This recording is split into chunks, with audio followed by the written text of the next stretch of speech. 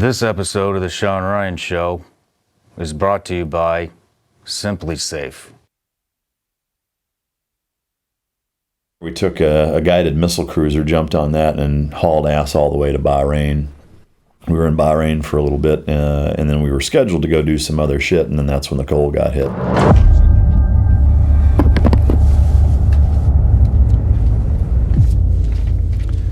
Good afternoon, ladies and gentlemen.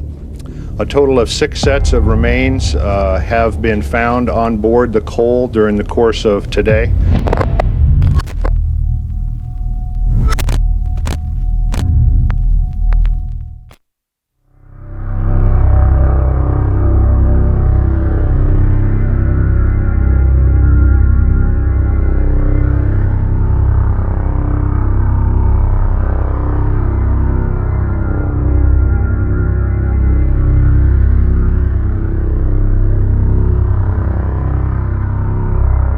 Hey everyone, it's 2020 and the need for security is increasing every single day. Simply Safe is monitored by professionals 24 hours a day, 7 days a week. They will call the police if necessary. It's super affordable, 50 cents a day. There's no long-term commitments, and the best part, it's shipped right to your front door. The first thing I did was beef up all of the entry-exit points, starting with the main entrance. I used the doorbell cam to catch porch pirates.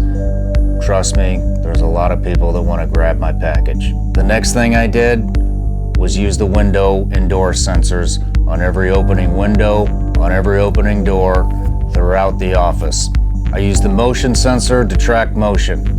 If the motion sensor is triggered, it alarms my phone. I get a notification. I know if something's moving. I use the glass breaking sensor on all the windows. If the glass is broken, it notifies my phone. It alarms the base station. It notifies everybody that there's been a break-in. For the interior, I use the Simply Cam. It's triggered by motion. There's a carbon monoxide detector. There's a smoke detector. There's a freeze detector that you can put on your pipes. There's a panic button for when I get scared, and there's a water detector that'll let you know if your washer is overflowing or maybe there's a flood. All of which will notify my phone if there happens to be a problem. If you want to boost your security, whether it's home, at the office, or anywhere else, go to simplysafe.com/VE. Oh, by the way, you're also supporting the Shawn Ryan Show. So thank you, Simply Safe, for supporting the show, and you all be safe.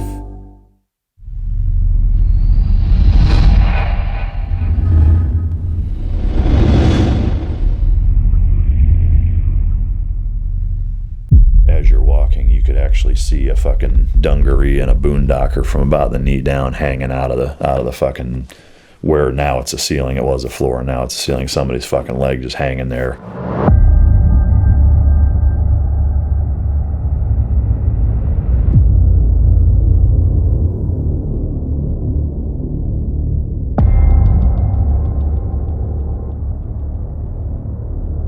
We had a 60 gunner and a couple of snipers and a law rocket.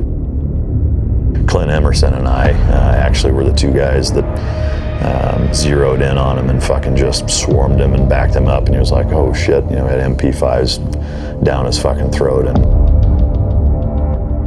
I mean, it just the smell of 19 semi-submerged, blown up dead bodies trapped in a fucking boat.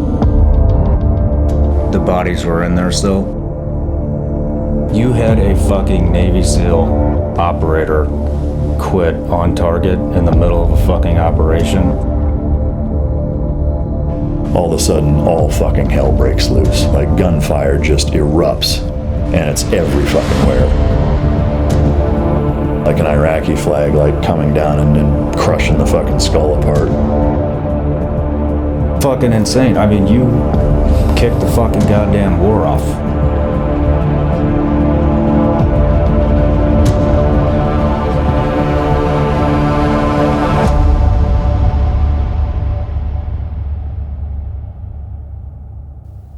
Welcome back to the Shawn Ryan Show.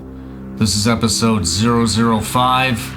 We've brought you a very special guest, but for starters, I want to thank everyone who's become a member and is supporting the show on Patreon. You're going to see the benefits of that support. We've hired an entire film crew, and we're hoping they stick around. I would also like to thank all of you who took the time to go over to iTunes and leave us a review. We now have 5,300 reviews on iTunes. We continue to be a top 100 show in the category, and that's because of you. If you haven't done that yet, please go to iTunes, leave us a review, type in a word, even if it's just one word. That's what we need to make this show rank. And lastly, ladies and gentlemen, every single guest that has been on this show is the definition of an American hero. We want to bring these heroes the most exposure possible. We want to take this show to Netflix. I've posted a link. I put it at the top of the comments. Click the link. Request the Shawn Ryan Show. Hit submit. That lets Netflix know who we are. Let's take this thing to the next level. Which brings me to my next guest, 005. Ladies and gentlemen, he is a world-renowned canine trainer. He trains dogs for the SEAL teams, for the SWAT teams, and just about every other government agency you can think of. He's been on the New York Times bestseller list 3 times. He is a veteranpreneur powerhouse that I personally look up to. He was on the initial invasion of Iraq. He responded to the USS Cole. We've broken this into 2 different shows. The first part, all of his combat time as a SEAL. The second, the life of a canine warrior overseas in combat, what those dogs go through, and what they deal with when they come home. Ladies and gentlemen, I'm very proud to bring you my next guest, Mr. Mike Ritland.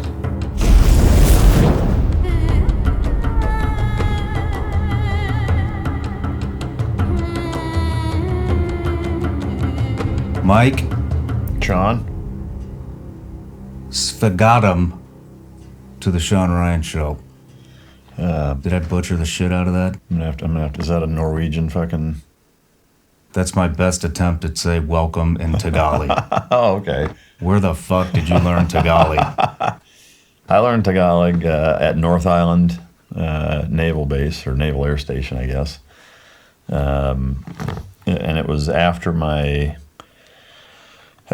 a deployment, and it was during the whole Force 21 thing. And so our platoon got back from deployment like in mid-February or so.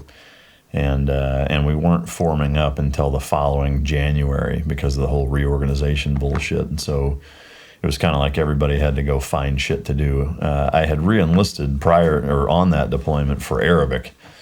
But when we got back and all of the shuffle and reorg stuff, this was right before 9/11, was that they said, turns out you guys are now a Southeast Asia platoon. You're going to Guam and the Philippines. So if you're not going to Arabic, you're going to Tagalog. And I was like, but it's in my contract. I re-enlisted for fucking Arabic. And they're like, yeah, tough shit. You're going to Tagalog. So I spent about, I don't know, I think it was 5-6 months of all day, every day, Monday through Friday. Like that was my job. Me and there's, I don't know, 7 or 8 other people, mostly team guys. There was a couple other, I don't know who the fuck they were or why they were in there. But yeah, we sat there all day, every day from this older Filipino lady that was teaching us fucking Tagalog. And of course, like the true team guys that we are, we, conned her into teaching us all the shit that she wasn't supposed to teach us. The important stuff. And making her blush and feel uncomfortable.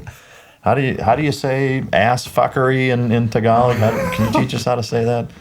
But yeah, so that's the story behind it. We did end up going to Guam and then ultimately to the Philippines for about 6 weeks, which was neat. At the end of that, I wouldn't say that I was fluent in it, but I was conversationally, like for basic conversation, I was pretty close to fluent.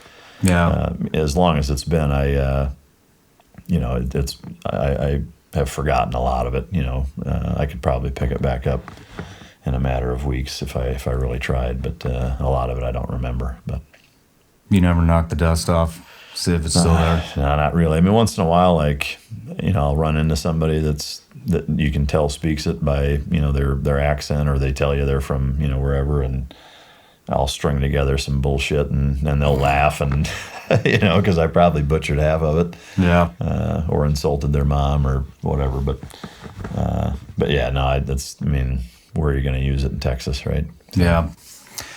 Well, man, I'm really excited about this, and I've been wanting to have you on for a long time, and I think we canceled 2 or 3 times, but I just want to say I am fucking ecstatic that you're here, sitting in that chair, and props to you, man. You are a great role model for people, and I think you're a huge inspiration for guys that are starting businesses, that are coming home, especially in the veteran community and the combat spec ops guys coming home.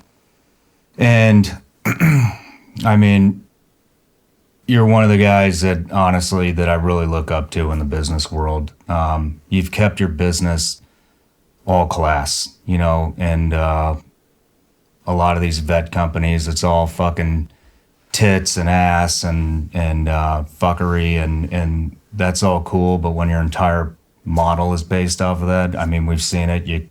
They come and they go, and you've been in business for quite a while, and it's stood the test of time, and you just continue to grow, and I think anybody that's in the business world, especially the guys coming back, they got a great example by looking at what you're doing, and it's fucking amazing what you've done, and I can't wait to dig into it. Yeah.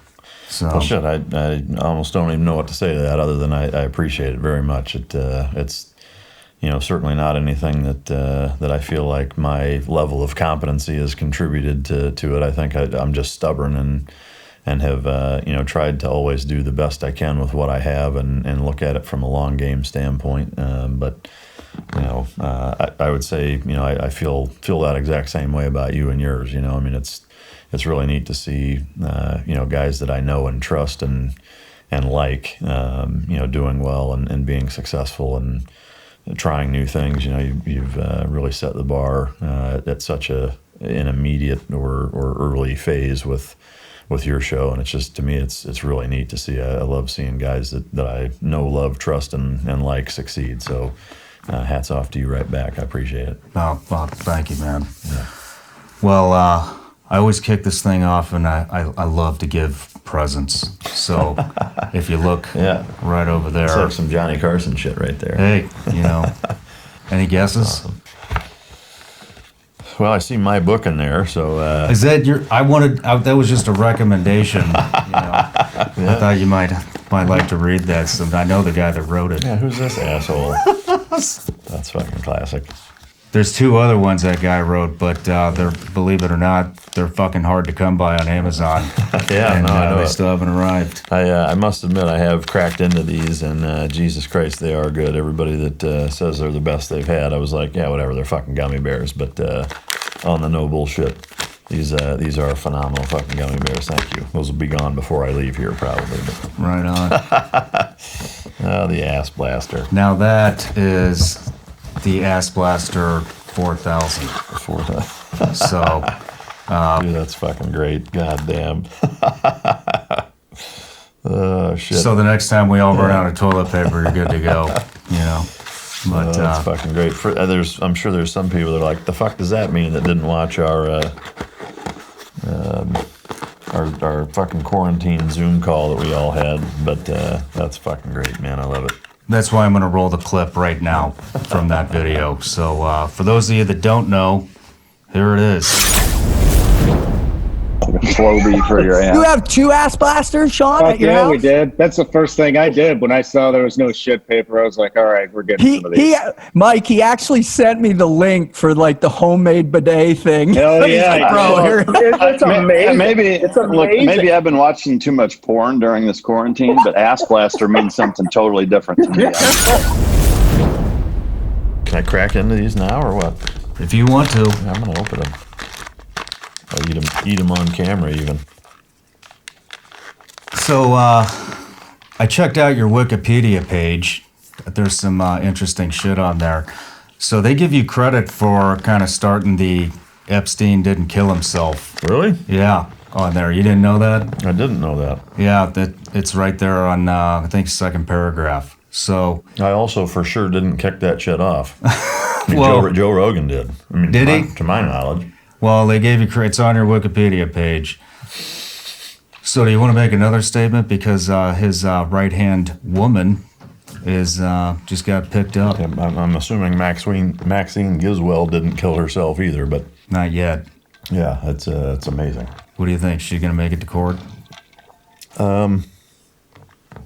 Yeah, I think so. With her, I think it's maybe a little different in that I think they have far less on her. Obviously, they have enough to arrest her and all that, but I don't think it's as slam dunk probably as it is with Epstein. So I suspect that she for sure has dirt on people, but I think it seems like from everything that I've heard preliminarily is that it's more like he said, she said. It doesn't seem like they have near as much of a case against her. Again, not that they don't have one, but so I think it's largely going to depend on how that shakes out. I think, she's probably not in as much danger as he was, but you never know. I mean, I don't, pretend to have any knowledge of the inner workings of that whole, fucking clown show. So I will say this, like if something did happen and the country doesn't fucking explode because of it, then we're fucking doomed, Yeah. I mean,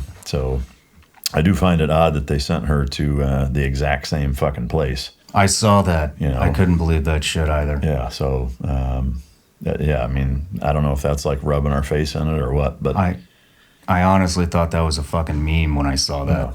But, I don't know. I'm still fucking surprised that that's on the Wikipedia page. I didn't know that. But yep, check it out. There's some interesting shit on there. Maybe I don't want to look at it. Yeah. But, all right, well... I did a lot. I thought you were going to be really easy to research because there's so much information out there on you. And it turned out to be the exact opposite. There's so much information out there on you that I just, I wish I could have covered it all, but I couldn't. And I wish I could have you here for a fucking week to dig into that head of yours. But so I think we're going to break this up into 2 podcasts, actually. I'm going to do this one, which will be all your personal stuff, and then the next one to be all the dog stuff, which is, phenomenal information. And but I just kind of want to start with, quick overview of your childhood. I know you grew up in Iowa, and but just a brief overview of your childhood, and we'll kind of go from there. So Sure. So I was born in northern Iowa in the late 70s, and it's weird looking back on it now. I think a lot of people have feelings of nostalgia towards their childhood, kind of almost wherever they're from, because that's what they know, that's their childhood or whatever. But for me, it's become increasingly so that way with the things that are going on now. Like I find myself kind of longing for that 80s childhood of no cell phones, no internet, riding your fucking bikes everywhere, watching MacGyver, Knight Rider, A-Team, Rambo, playing guns, fucking listening to AC/DC and fucking Guns N' Roses. And it was just like life was so much fucking simpler. And not just because we were kids. I think America was a much simpler place. I think the world was a simpler place that way. I think that's one of the double-edged swords to the internet. But growing up in that environment was... it was just a really neat time and place to be at. The town that I'm from, Waterloo, is not a big town, but it's not, a town of 300 either. There's, 60 or 70,000 people, and so you have kind of all the amenities that you would like, but it doesn't have that big city feeling. You can drive 10 minutes in any direction and be out in the middle of fucking cornfields, or be isolated and away from everybody and whatever. So it's a pretty slow paced area. It's not too dissimilar to where you're at here in terms of kind of the pace at which people operate and how they take care of things and how they treat each other and what have you. So I liked that growing up, but it was just a fun time to be a kid. I swam competitively. I had 2 older brothers, a younger sister, and our family, it's weird. It was like fucking Leave It to Beaver, honestly. My parents never fought. To this day, I've never heard my parents argue, not one fucking time. So they're still together? Yeah, still married. They've been married for almost 50 years. And, I've never heard them raise their voice at one another, not once. Never argued about anything, never fought about anything.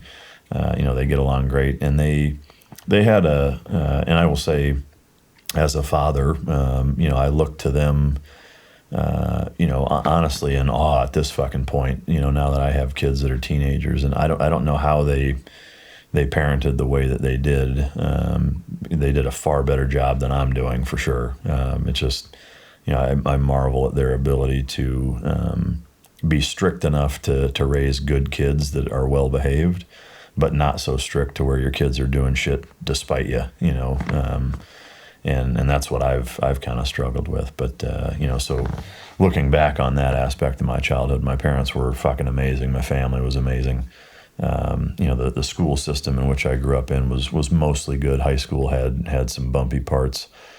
How big was your class, graduating class? Graduating class, I think, was just shy of 400, maybe. Okay. The school itself had, I think, 2,000, 2,500. It's a pretty big school. But at that time, it was the early 90s, 92 to 96 is when I was in high school, and race relations then were fairly tense, kind of similar to where they're at now. They got better, and then now they're worse. It's fucking weird that way, but.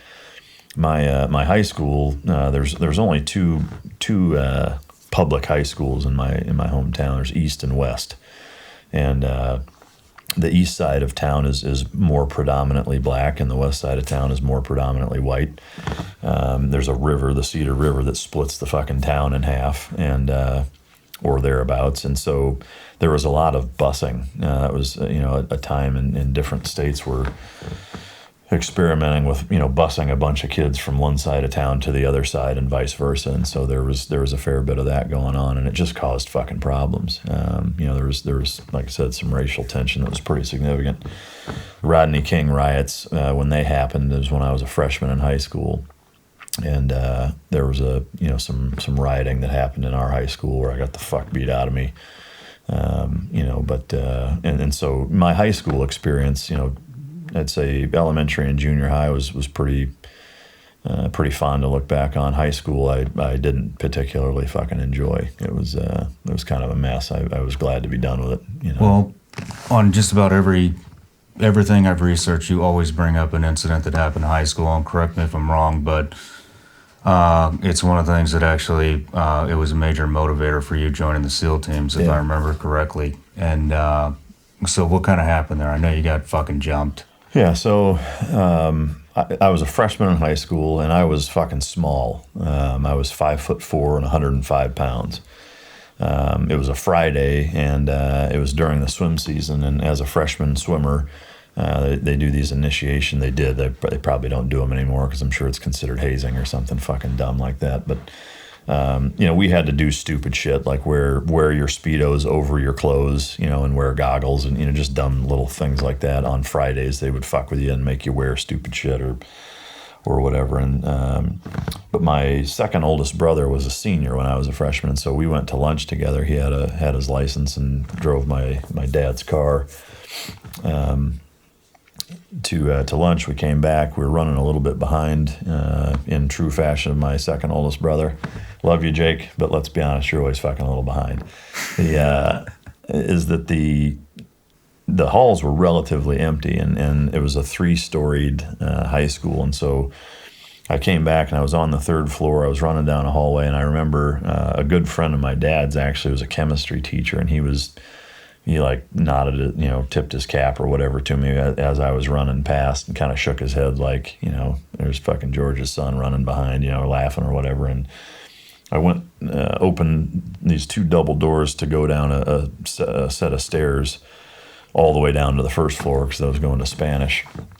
And as soon as I swung the door open, I was like, holy shit. And as I'm getting ready to step down the first step, I just boom, I just get fucking blindsided. And there was two single file column rows of, there's probably between 40 and 50 black students that were, taking up the entire stairwell because there was that many of them running up, and they were just running through the hallways, beating the fuck out of anybody that was white. And they were, throwing trash cans through fucking windows and knocking water or drinking fountains off the fucking wall. I mean, just trashing the place and beating up white people. So this was like, they were fucking kicking the shit out of everybody. Everybody. Yeah, it wasn't just me. It was like a race riot almost. There was a bunch of people that got fucked up. Oh, fuck.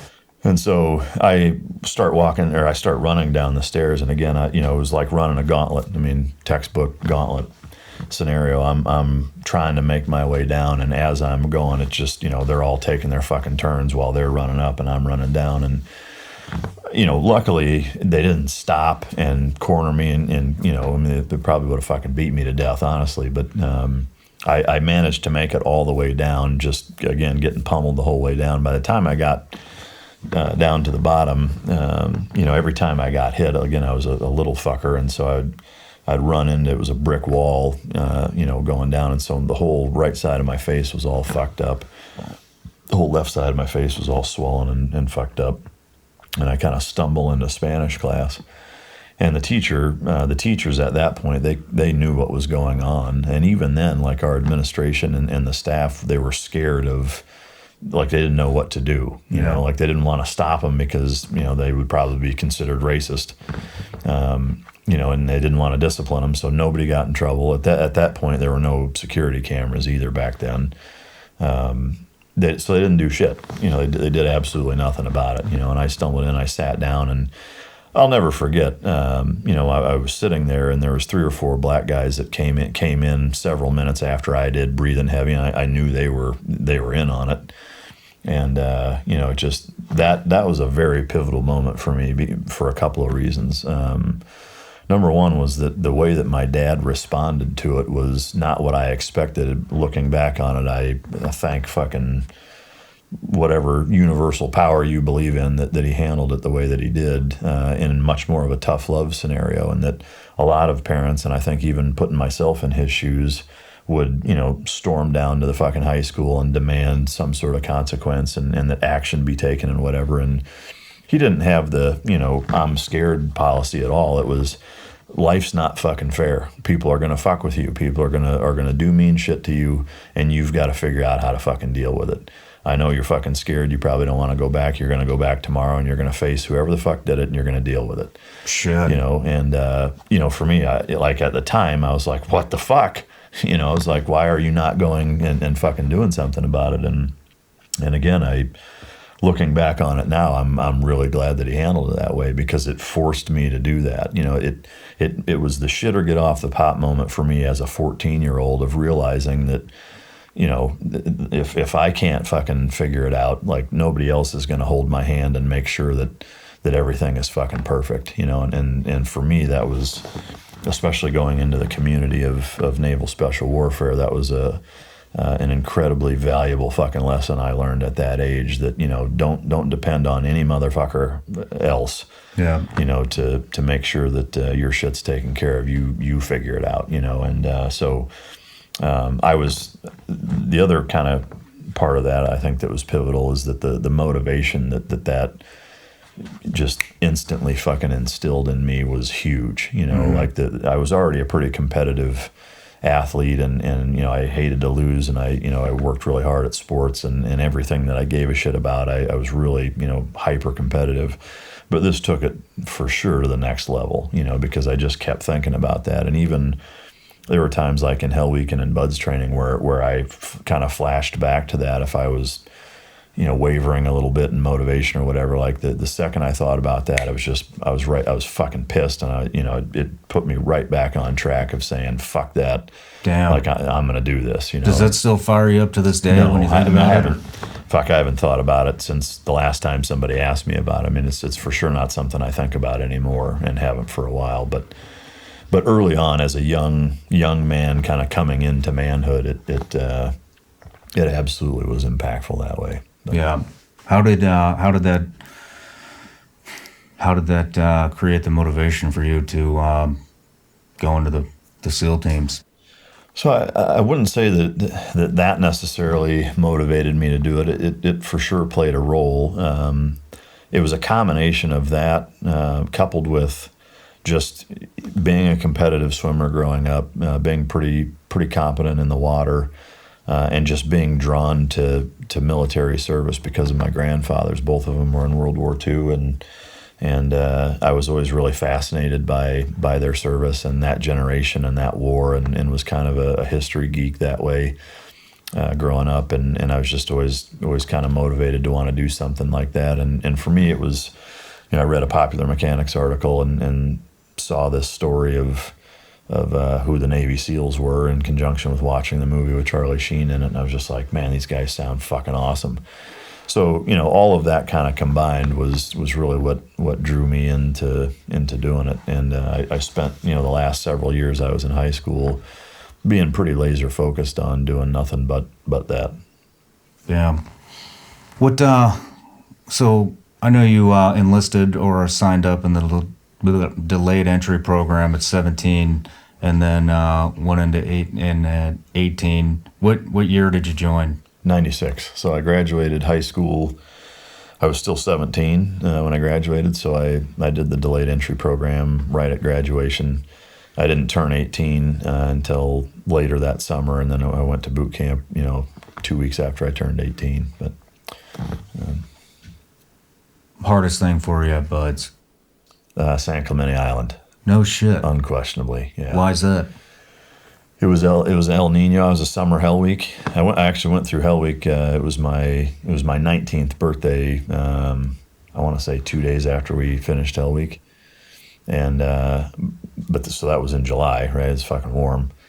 And then going out to San Clemente Island in January, February. It was an El Nino winter to boot, so it was kind of extreme weather conditions. It was cold as fuck, and I just, it's kind of like all the things that I'd read and whatever was that, that's where you actually learn stuff, and, you get to fucking blow shit up and shoot guns and, patrol and kind of start to learn real frogman shit. And Jesus Christ, we went out there and it was like the staff just hated us. Like the third phase cadre just fucking murdered us over and over. Yeah. Part of it too was that I got rolled. I started with 214 and I got rolled 6 days before they went to San Clemente Island. Oh, damn. And so then I got rolled back, spent, 7 weeks in fucking rollback land, and then joined up with 215 day one of third phase. And so, that certainly didn't help, enjoying it. But I just, they fucking hated us. And, we got about 2.5 hours of sleep every night there and just got the fuck beat out of us nonstop, So I didn't make it easy on myself either. There was one night where we patrolled, we did a patrol gig where it was, cold and rainy and, cactus and it was just miserable. And we got back at like 2 a.m. and admittedly, it was a total shitbag move on my part. Like we get back, we're in the armory cleaning guns and taking care of our shit. And me and 2 other guys ran to the fucking galley quick to get like hot chocolate because we were just fucking freezing, right? And so while we're in there, I don't even remember what fucking instructor it was, walked in there while we were fucking getting hot cocoa while everybody else is cleaning their shit, And so, of course, he's like, you've got to be fucking shitting me. He's like, out on the fucking beach now, And so we run out there, and dude, I'll tell you, it was probably the worst beating of my entire time at Bud's, is that they took our M4s and broke them down in to the lowest fucking form possible. I mean, completely broke them down and put them in 5-gallon Soda-Zorb buckets that were half full of sand and salt water. Oh shit! And buried them in there and made us fucking and beat us while they were doing that. We had to disassemble them, and it was like buddy carries down to the beach, fucking surf torture, back, push-ups, monkey fuckers, jumping jacks, buddy carries. You know, just it was like 3 hours of just getting the fuck hammered out of us. All because of you? Well, because of me and the 2 other guys. I mean, it was 3 of us. Fuck. And so they took all 3 of our guns, right, and put it in one bucket. Right, so I mean, down to the fucking sear, the firing pin, you name it, all the way fucking down. 3 weapons in a bucket full of sand and salt water, and after several hours of getting the shit beat out of us, hand us the bucket, and we're like, we'll see you at fucking 06 for a weapons inspection. Shit. And so we stayed up the whole rest of the night, and we're sitting there, hands all fucked up and frozen, digging through. Pouring shit out on the grinder with flashlights, trying to find our shit because they made us sift through it there before we could take it back, and it was fucking miserable. But the whole island was that way for us. I mean, it was like a nonstop kick in the dick the whole time we were there, and it was cold. I mean, the water was like 48 to 52 degrees the whole time we were there, and it was shitty. But yeah, what was the rest of the class doing when you guys were getting your ass beat? They finished cleaning their weapons and went to bed. So yeah, I mean, we're getting the fuck beat out of us, we see them, trickling out of the fucking armory after all their shit's done, hitting the rack, and I mean, we deserved it. Like it was a good lesson learned. Like even though we were just gonna run and grab hot cocoa, bring it back, and try to warm up while we were doing our shit, it was like just got caught at the wrong place, the wrong fucking time, and it happened to be, I think it was a warrant officer, it was one of the more senior guys, walked in and was just like, hell no, he kicked the door open and just fucking trashed us. But damn. So moving on past buds, you checked in to what team? So I went to Fort Benning for jump school first. We went there right after we graduated, before we even went on leave. So went straight from graduation, Fort Benning, jump school. Then we had 30 days leave, and then I checked into SEAL Team 3. You stayed at Team 3 the entire time until you became an instructor? Yep. What was going on at that time period?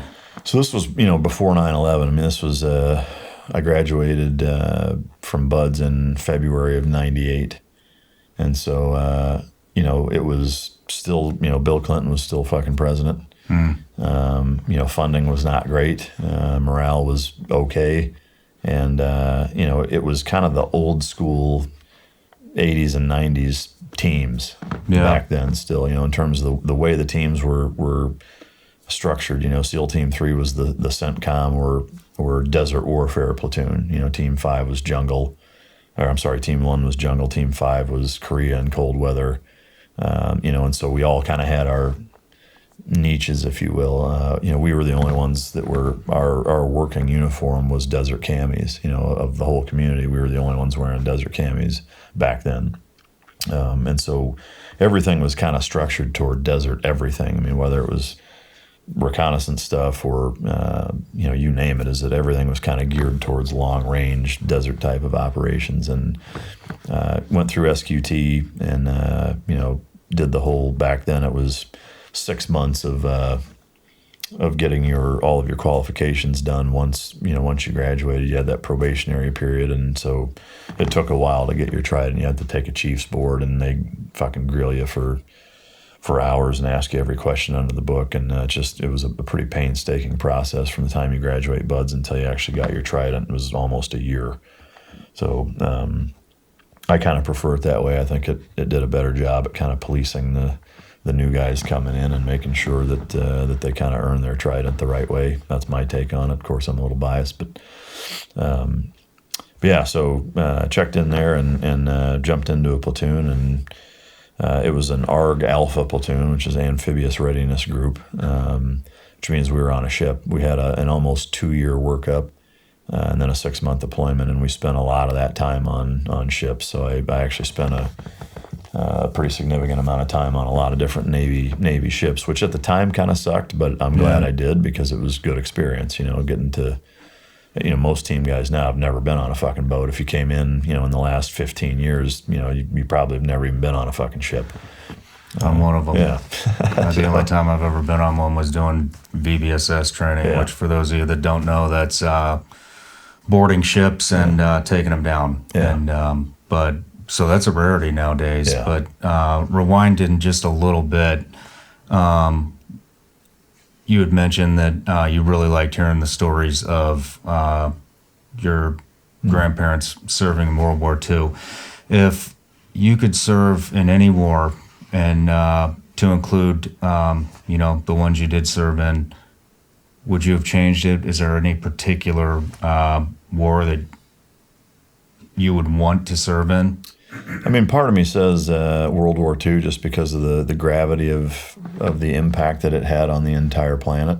Yeah. To me, that war, not that Afghanistan wasn't justified, but it just seems more justified. Yeah. Like the entire fucking country was behind it. And there is a part of me, I think, that is almost jealous of that time in our nation's history where, I mean, literally it was like 9/12.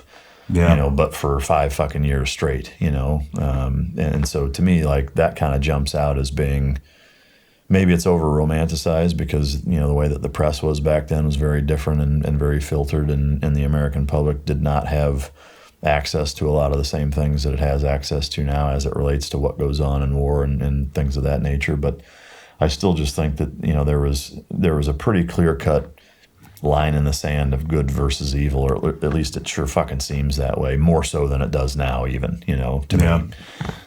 Not that fucking terrorists aren't evil, it's just those lines seem a little muddier now. And again, maybe it's because we're living in it, and World War II, we're looking back and weren't a part of it. But it just seems like such a powerful moment in mankind's history that I think that would have been pretty neat to be a part of. Yeah, as fucked up as it sounds, it's for United States modern day history, that was definitely our high point, and it seems like it's been kind of slowly, watered down. Yep, ever since that point in time. But moving past that, a lot of times guys have like an area of operation or something where they want to serve. Did you guys have Dream Sheet when you were coming out, or? Yeah, we did. I actually picked SEAL Team 2 was my number one choice. SEAL Team 8 was my second choice, and Team 3 was my third. So I did get one of my choices, but I think a lot of us, I know for my class, or at least that kind of era, it seemed like the instructors played a huge role in inspiring guys where to go, what they wanted to do. Like, we all wanted to really emulate the cadre, especially our third phase guys. But most of the SEAL cadre, when I was a student, were East Coast guys for whatever fucking reason. And so, most of us picked East Coast teams because, they talked fondly and talked shit about, West Coast Hollywood fuckers and whatever. And so, we all kind of picked that. But there was an element of, even back then, this was, prior to 9/11, there was something about Team 3 and then just the whole Middle East fucking component that was intriguing to me. And so that's why I put it on the list also. But Well, it fucking worked out. I mean, out of all the teams, minus Dev Group, but to my knowledge, it seems like Team 3 probably throughout the, at least the earlier years in the war, got the most experience. Yeah. I mean, we were just, again, like with most things, right place, the right time. And, to be the team that kicked the Iraq war off, in the operation that we did with the Go Plats and the manifold metering station, I mean, all of SEAL Team 3 did an operation together. It's never been done before or since. Yeah. So to have, all fucking every platoon at SEAL Team 3 on one singular huge fucking mission at once was pretty fucking cool. But we'll get into that in a minute. But why Team 2? That was UCOM, correct? Yeah, it's just again, like, UCOM is Europe. For those of you that don't know, a bunch of the first phase instructors were Team 2 guys, and a couple of our third phase instructors that just really had a huge impact on me were Team 2 guys also. And so I think as a fucking 19-year-old, I was very impressionable. I was like, well, fuck, these guys seem like badasses and have cool stories. I want to go where they went. It's really that simple. But interesting. I was at 8 and then went to 2. Oh yeah, yeah. But all right, so you're at Team 3, and what was the check-in process like for you? Were they welcoming, or did they fucking hate your guts? It was actually, it was kind of underwhelming. I was expecting it to be more prevalent than it was. I think, they were all busy, and it was kind of 3 sheets to the wind. So it was a lot of like, this is the fucking SEAL team? Like, where is everybody? Everybody was fucking gone, like training. And I actually had, when I was home on leave, I got a call from Master Chief Huey, Al Huey's son, Camp Al Huey, which is, the camp that the San Clemente Island compound is named after. It's his son was a Master Chief at Team 3. Crusty old fucking guy. He actually called me on leave. He was like, are you fucking coming? And I was like, what? I was like, I have 30 days leave. I don't give a fuck. Get over here. I was just like, okay. So I was like, I guess I got to go.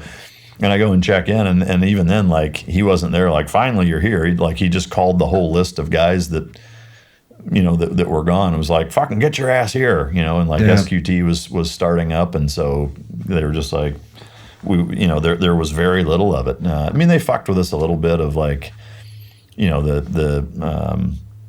the training cell guys would pull us in the office and be like, sit down, and you'd sit down and be like, no, not there, get out, just fucking with you like that. And like, fill out your school's request sheet and you better have underwater knife fighting and fucking basket weaving on there, and we're just like, okay. And it's like not even a real form, like they're like just stupid, new guy on the job type shit that they would fuck with us. But there was a little bit of that, but otherwise it was really like, I was just like, Jesus Christ, like what are you guys doing? And so there wasn't, a bunch of cool stories about all sorts of crazy shit like a lot of guys have. It was very, like I said, underwhelming. And I was only there for a matter of a couple of days and then started SQT, which at that time, it was STT, SEAL Tactical Training. And it was basically similarly, it was right as they were starting all of the new buds graduates were going through STT together, whether you're going to an East Coast team or whatever. Because right before that, you actually did STT at your own team. Like each team ran their own little STT where their training cell guys, on top of training the platoons, would train the new guys and put them through a little pipeline with just a handful of them. As you can imagine, that's not really efficient or effective. But there were some pros to it, I think. But so we were one of the first full class, all buds graduates, irrespective of team that you're going to go through STT together on the West Coast. And then once we finished that, then we went back to the team, and then it was more structured. But then I'd been through STT and was assigned to a platoon, and so I kind of jumped right in there fairly quick, and we got started. But I don't know what it was like for you as a new guy. For me, in the late 90s as a new guy in a SEAL team, non-wartime, was fucking brutal. Yeah. And having an almost 2-year workup, we got the fuck hazed out of us all the time. Shit. Oh yeah, we got, fucking taped up and the shit beat out of us, and mini blast machine getting electrocuted. Fucking you name it. Yeah. Like we got fucking hammered all the time because they were bored, and we had a long time together. So how many new guys were in there with you? Half the fucking platoon. There was 8 of us. Eight new guys. Yeah. Yep. Damn. Glenn Doherty was one of them. So there's a million fucking stories with him. God rest his soul. It's actually his 50th birthday today, but so 8 of us, and it was the one, I guess, benefit to that is there was so many of us, it was harder for them to haze all of us. They'd have to get us, 1 or 2 at a time, because if all 8 of us were together, they'd have a hard time with us that way. But I will say this. Again, it's kind of like the speech that my dad gave me about going back to high school. Is at the time it was kind of miserable and sucked, but looking back on it, I don't think you could pay to put yourself in a better circumstance as a young man, to be surrounded by barrel-chested fucking pipe hitters that teach you how to be a fucking man, and how to handle things and how to live your life and how to get things done and how to adapt and how to, not make fucking excuses and how to hold you accountable and really, teach you how to fucking kick ass. to me, I wish every fucking young man that as a 19 and 20-year-old, had the ability to be surrounded by 180 fucking guys like that the way I did. I mean, I will be forever grateful that I was able to finish growing up in the SEAL teams. My parents laid a great foundation and did a stand-up job. The SEAL teams absolutely fucking finished their job, and I would not be where I'm at today, and nowhere near it had it not been for those guys. I mean, they really fucking showed me how to do it. Yeah, I'm right there with you. I mean, it's definitely a fucking lost art these days, and if it teaches you anything, accountability, and fucking consequences, which are few and far between these days. It's hard to find people to take accountability, and the consequences are fucking so minimal now that I think it's ruined entire generations. I agree, and it's also motivated / inspired me to try to be that for whoever I can, male or female. There's in the canine world, there's a lot of female potential canine handlers or people that have questions or whatever, and writing the books has had a tremendously rewarding impact on me also that way, and getting letters from people that are like, hey, I read your book, and I just, I joined the Air Force, and I'm slated to be a handler, and, it's because I read your book, and, whatever.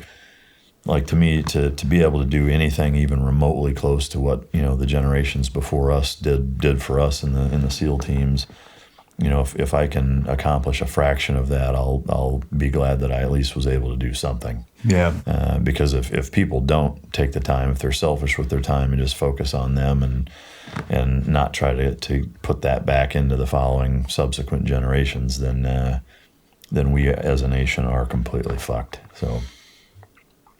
Yeah, I would definitely agree with that. So, kind of moving past check-in and your beginning time there, what year was that? What year did you finally check in? 98. 98?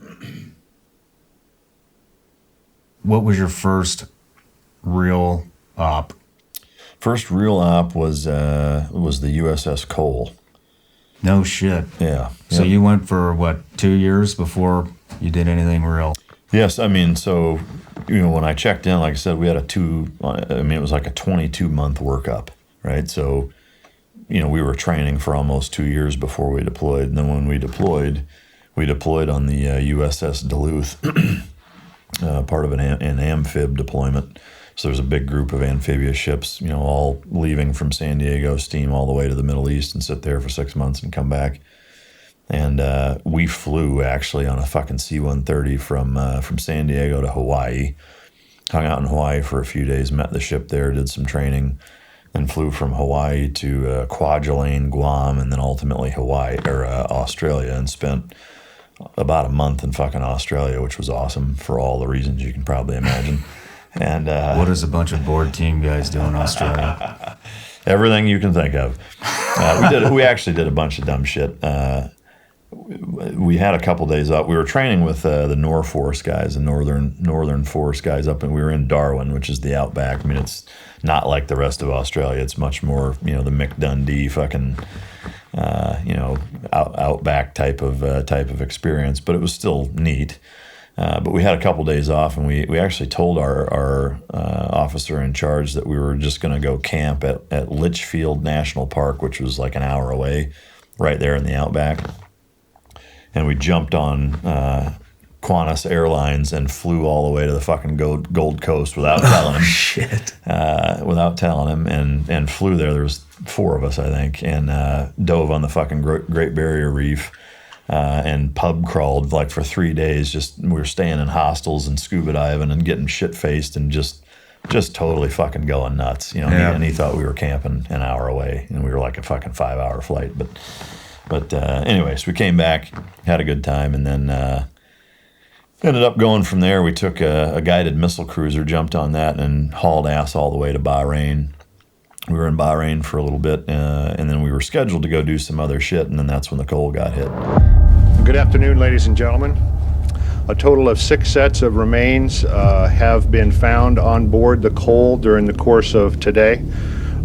We are working to identify the remains and to contact the next of kin of those individuals. And that notification and identification process continues as we speak. My prayers are with the families of those killed and injured, and with all the brave men and women in uniform who serve our country every day around the world. So we jumped on the USS Tarawa and steamed down to the Cole, and then we sat on the Cole for 2 fucking months. Rewind real quick. How many days passed between when the Cole got hit and you guys arriving on the Cole? It was like a day and a half, 2 days. I mean, it was quick. How fucking fired up were you guys to do Super that? Fired up. I mean, it was nerve-wracking and fired up at the same time.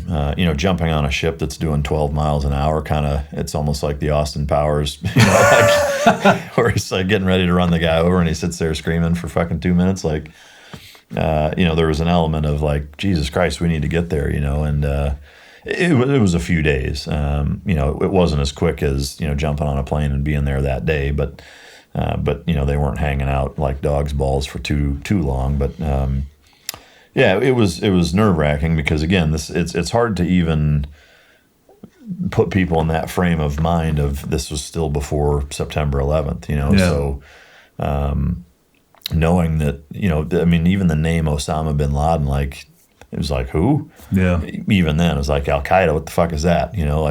I had a little bit more inclination on who they were and what they were about because I was the intel rep for the platoon and we were going to the Middle East, so I was a little more read in than most people. But it wasn't obviously anywhere near like it is now. And so it was a bigger deal in that respect, and that, this is a U.S. warship that suicide bombers fucking pulled a tug laden with explosives alongside and blew themselves up. Interestingly, they tasked a guy to videotape that whole fucking thing, and he fell asleep and didn't get it on film. Their propaganda wing of Al-Qaeda. I mean, I don't know if they executed him, but it came out years later that they had actually tasked a guy to get that on film. I kind of wish they had. Maybe that's a sadistic, creepy thing to think, but for their uses, the propaganda tools are pretty powerful. But that killed like 19 sailors, and then a lot of casualties. Yeah, and it was fucking creepy for us because coming on board, obviously the crew was, to say that they were rattled is a fucking huge understatement. Yeah. Because the goal of the entire mission was to actually sink that fucking ship. It wasn't just to bomb it. And the whole reason that we were there was because they threatened to sink it. They came over the open airwave Marband radio and threatened the captain, and they were like, this is fucking Al-Qaeda. Your ship is not leaving our fucking harbor. We will sink it, or whatever the fuck they said, something to that effect. And so that's why we went down there. And so we sat there for 2 months, and from sundown to sunup, every fucking night, we had two ribs, two boats, floating around with a couple guys on it. And then we had a 60 gunner and a couple of snipers and a law rocket guy on the bridge of the ship, kind of keeping, overwatch, and we were out on the boats. And there was a number of times where small boats would come, test the perimeter and see what they could get away with and whatever, and we were always right there. Never mixed it up with them, but a couple of pretty, fairly close calls where, if things had gone maybe a little different, it probably would have gone pretty bad for the boats that were trying to come any closer. But any shots fired? Nothing. At least nothing from any of the boats I was on, and I don't recall any of the other guys having any. There was a couple of close calls where, again, it was like, they went a little too close, and guys would haul ass out there and, maybe draw down on them, or the fucking, 50 cal guys on the rib would fucking be like, hey, motherfucker, or whatever. But so they never really tried anything past that, because I think they knew, that it wasn't going to fucking pan out well for them. But where it was fucking creepy was going inside. The first couple of days we were there, we actually, we stayed on board the Cole. And, they had 19 empty racks. Well, guess where we fucking slept? So we're sleeping in these sailors' bunks that were just fucking blown up. you know, and like, you know, there's USS Cole fucking coffee mugs with fucking like powder blasts on them in the galley, and you know, people's personal effects, and, you know, a lot of the crew, like, you know, you're laying in some dude that, you know, the rest of the room is fucking devastated, and you're like laying in his bunk jerking off. No, I'm kidding. But they're looking at you, you know, they're looking at you like, what the fuck, you know, like they just can't wrap their mind around it, you know. And we didn't know any of them, so it was just very different for us coming on board. But you know, it was a powerful fucking moment for us, because it was the first, you know, kind of like, holy shit, you know, this is shit just got real. A real fucking deal, and they're testing the water, and so there was also the stench from you know, being in 94 degree fucking water, salt water, you know, and having now a ship that has no running power on it in terms of AC and stuff. You know, they had floodlights and stuff in some of the barracks rooms on enough generator power, but nowhere near enough because of the damage to the ship to actually keep it cool. And so, I mean, it's just the smell of 19 semi-submerged, blown up dead bodies trapped in a fucking boat, you know, in that kind of water and that kind of heat day in, day out for a couple of months was fucking brutal. And the bodies were in there still? Yeah, they couldn't get them out. There was one instance where from about the knee down in the galley, so the witness reports were when the blast hit, it hit during lunch, and it was right at midships, which is where the galley was located in that area. And so everybody that was in there said that it was like the floor was like a fucking sine wave, like the floor went like that, you know, metal floor moving like a fucking wave from the blast. And so there was a section of the ship where the floor became the ceiling, and it just fucking meshed up, and that was it. And there was one spot where, as you're walking, you could actually see a fucking dungaree and a boondocker from about the knee down hanging out of the fucking, where now it's a ceiling, it was a floor, and now it's a ceiling. Somebody's fucking leg just hanging there, you know,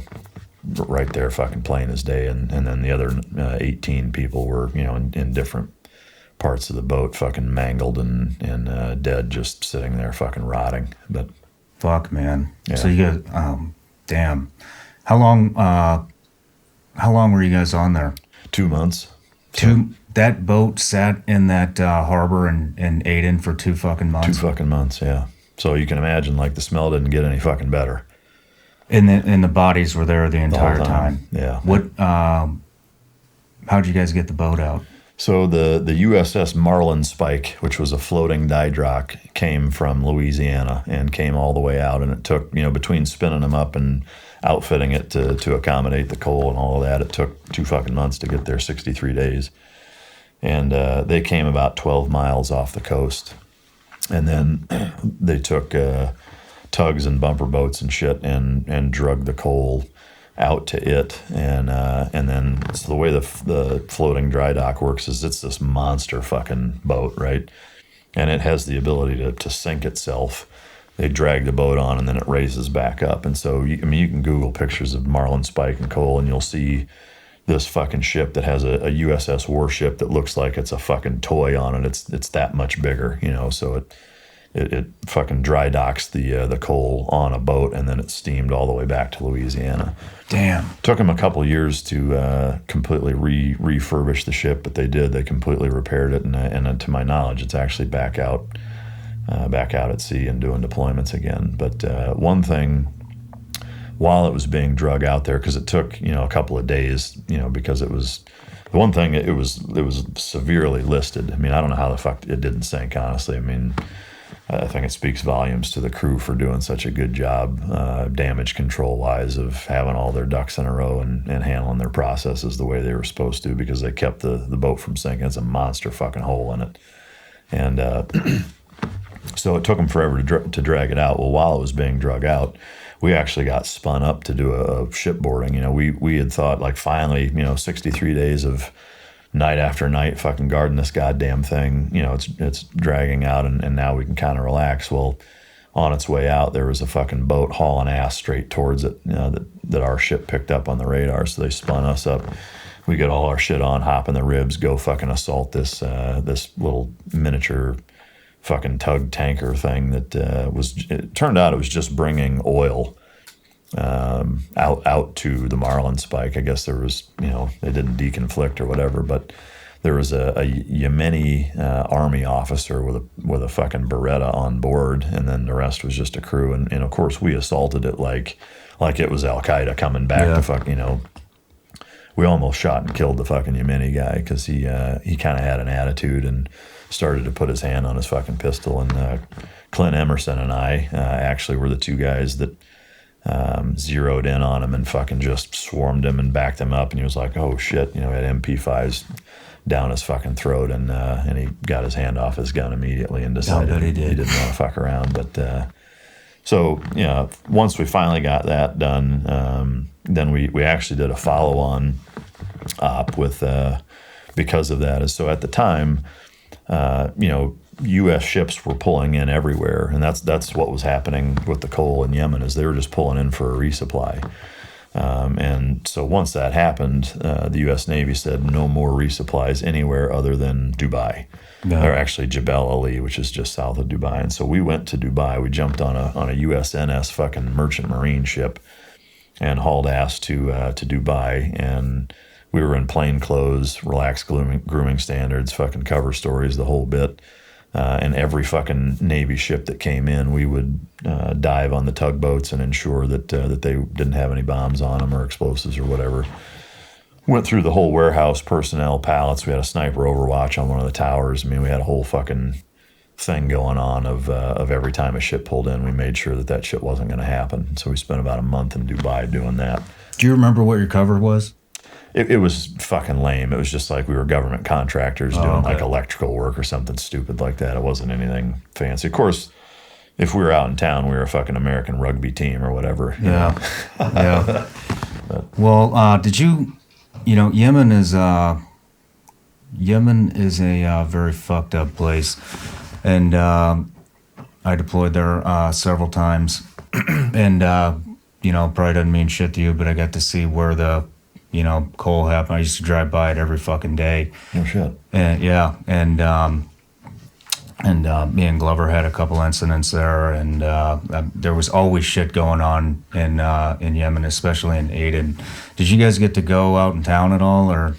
Nope, we were on the ship or in that port area, and that was it. So we had very limited exposure experience to any of the actual local populace. I mean, a little bit from people coming and checking it out, or interacting with people on board or whatever. I do remember it's just kind of flashed in my memory. At that time I was I think I just turned 21 right before we deployed on that, and so as a 21-year-old, like, I'm still pretty young by parents' standards and whatever. And so anyway, on a sat phone, I scared the shit out of my parents, because they heard about it in the news, and they knew I was overseas, and they hadn't heard from me in a while. And all of a sudden I call them, and my dad had gone home, like he'd forgot something, and went back, after lunch, and went back into the house, and because even this was before really everybody had cell phones, and so I call him on a sat phone at the house phone, and he picked up, and he hadn't heard from me in weeks. I was like, guess where I'm staying? And he's like, where? I was like,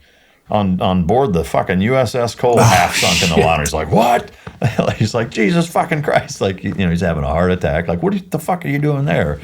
Are you okay? All this other shit. And, but yeah, it was one of those moments where, almost like fate, like I wouldn't have gotten a hold of him otherwise, but, I had the opportunity to call him, and it was just kind of neat. We look back on that and laugh once in a while, but. Yeah. Just backtracking a little bit more too, even though there was no shots fired, just for the audience, I think that always kind of surprises me, because there hasn't been shit going on, and you spent 2 years at the fucking team preparing to go to war, and like when I showed up, we knew what we were going to do. And there was nothing going, and then this happens, which gives you the adrenaline, and I'm assuming the entire platoon was hungry as fuck to get some action. And I guess where I'm going is the discipline that it takes to not shoot potential threat when you know you can fucking get away with is there's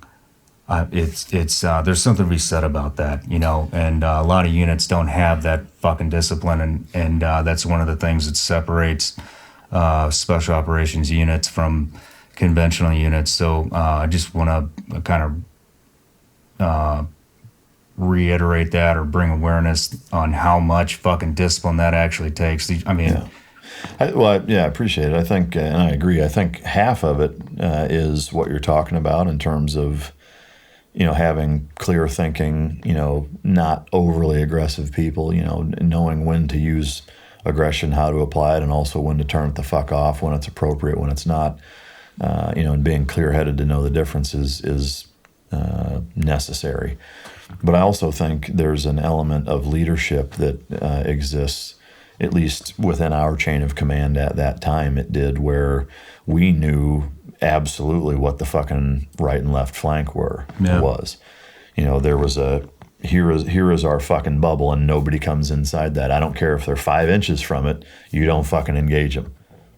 You know, and so they were smart enough to see and test, you know, our perimeter and see, you know, if we go here, what happens if we go, like, and so we would ratchet it up where, you know, if they were getting close, we'd start heading that way, you know, and they'd get to a certain point and they'd fucking full throttle it out to the edge. And so that, you know, they honestly, like a fucking dog that is testing a goddamn electric fence, you know, that's basically what they were doing. And so, you know, they were measuring our response as it relates to their behavior, and figured out how far they could get and what we were going to do. And there were a couple of times where, you know, we made it abundantly clear, like, any fucking further and your fucking history. Yeah. And I think they just recognized that and decided, you know what, we'll live to fight another day, and this isn't worth it. Yeah. I mean, even just the revenge factor, you know, I mean, fuck, you're eating chow with fucking decaying legs hanging through the ceiling, and you know, which are Americans, and our brothers and sisters, you know, that are serving. So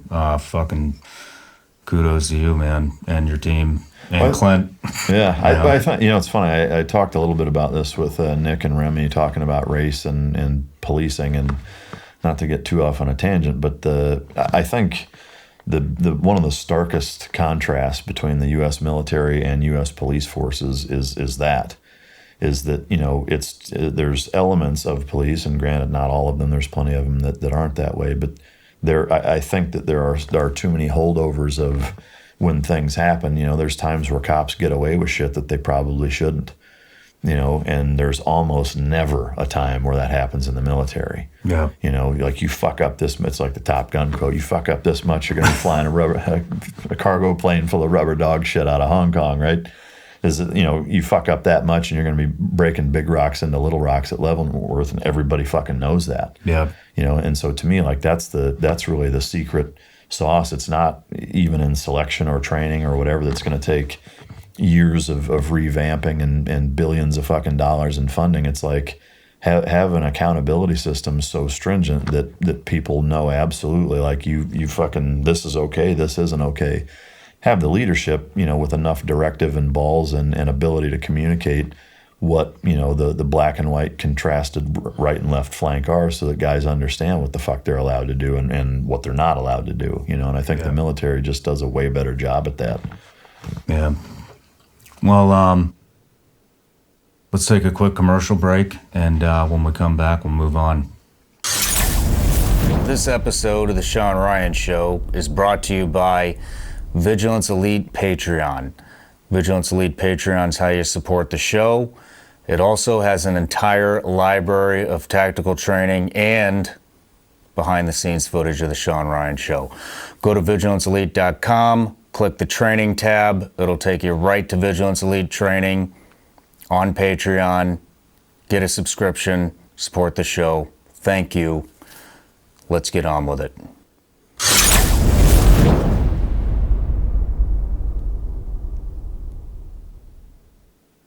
All right, Mike, so we're back from the break. We were just in Yemen, USS Cole, and you said you were there with Clint Emerson, so I just happened to have Clint on the line here. So fucking great. Hey, Clint, how's it going, man? Hey, how you guys doing? Doing pretty good.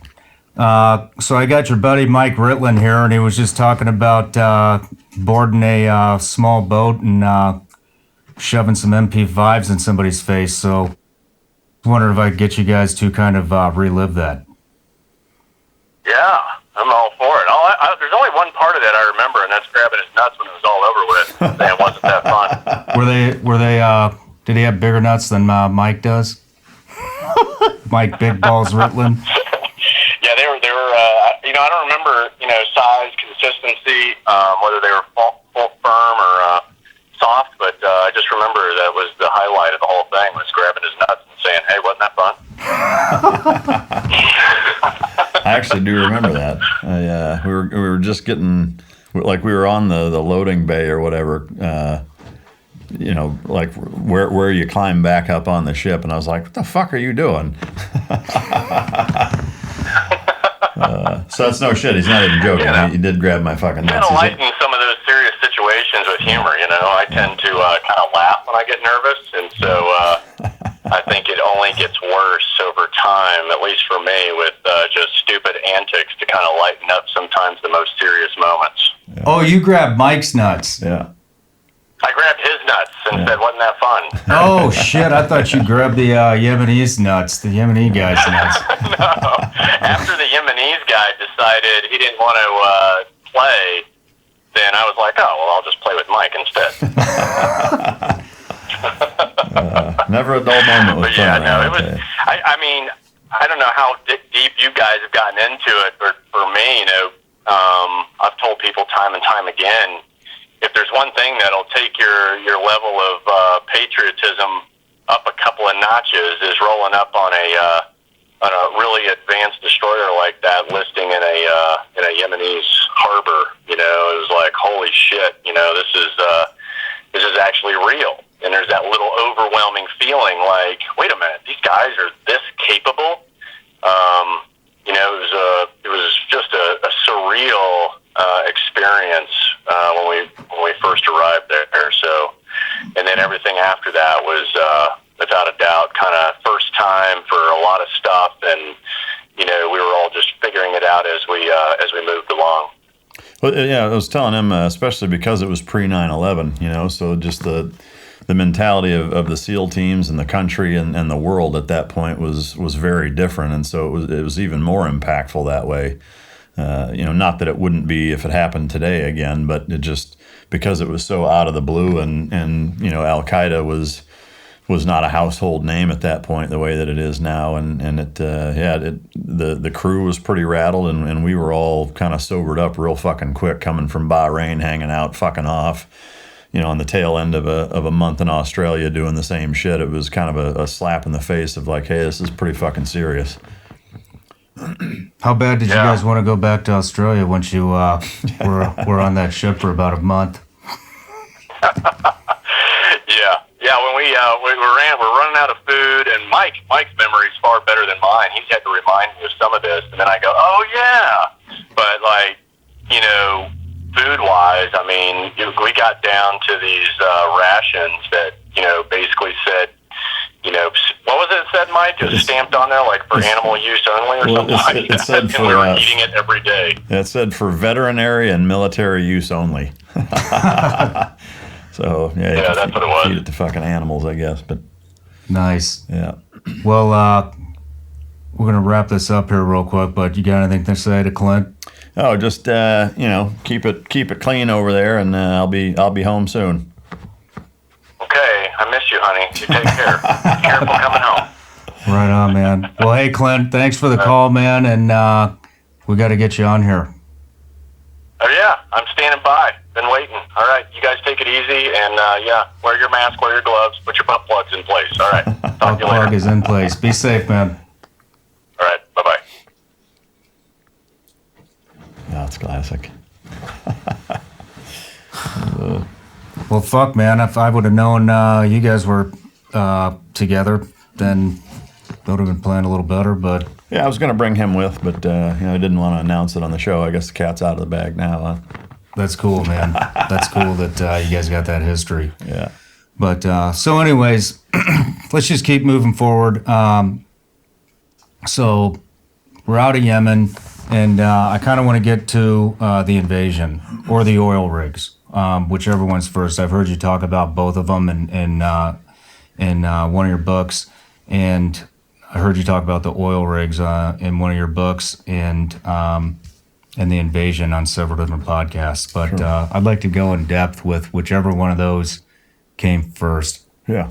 So the deployment that the Cole was on was prior to the Iraq invasion deployment, and it was we did the Cole. We were in Dubai for that month or so, and then scattered around a little bit after that, and then made our way back home. Got back in February. Platoon didn't start up until that following January. We got home in February of 2001, though. So I went and did a couple different schools, went to Tagalog. We were slated to go to Southeast Asia, which we did, but then 9/11 happened. And I actually did a 6-week exercise in Jordan right after 9/11, which was treated much more differently than just an exercise because of what happened. They almost kind of treated it like a kind of a forward staging area in case they wanted to, send some guys straight from there. So we took that exercise quite a bit more serious also. Ended up not doing anything other than just working with Jordanian Special Forces and SEALs there, and then ultimately platooned up, did about a year workup, and then deployed.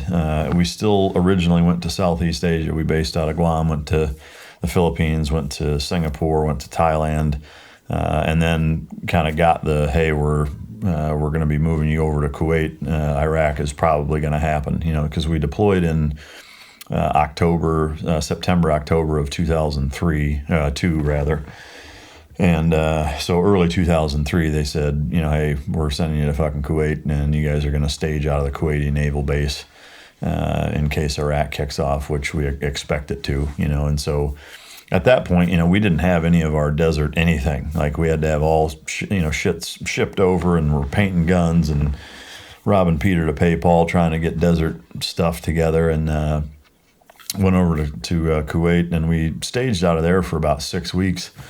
And, hearing the stories of the staging for the Bin Laden raid is actually kind of similar in that we had, a solid almost 2 months, and we had the whole oil platform staked out in the fucking sand, because it was 1,600 meters long, which I don't think people realize how big of a fucking target it was. It's 16 football fields, that this whole target consisted of that we had to take down. And so we practiced, the actions on the objective for that over and over and over for 6 fucking weeks before we hit it.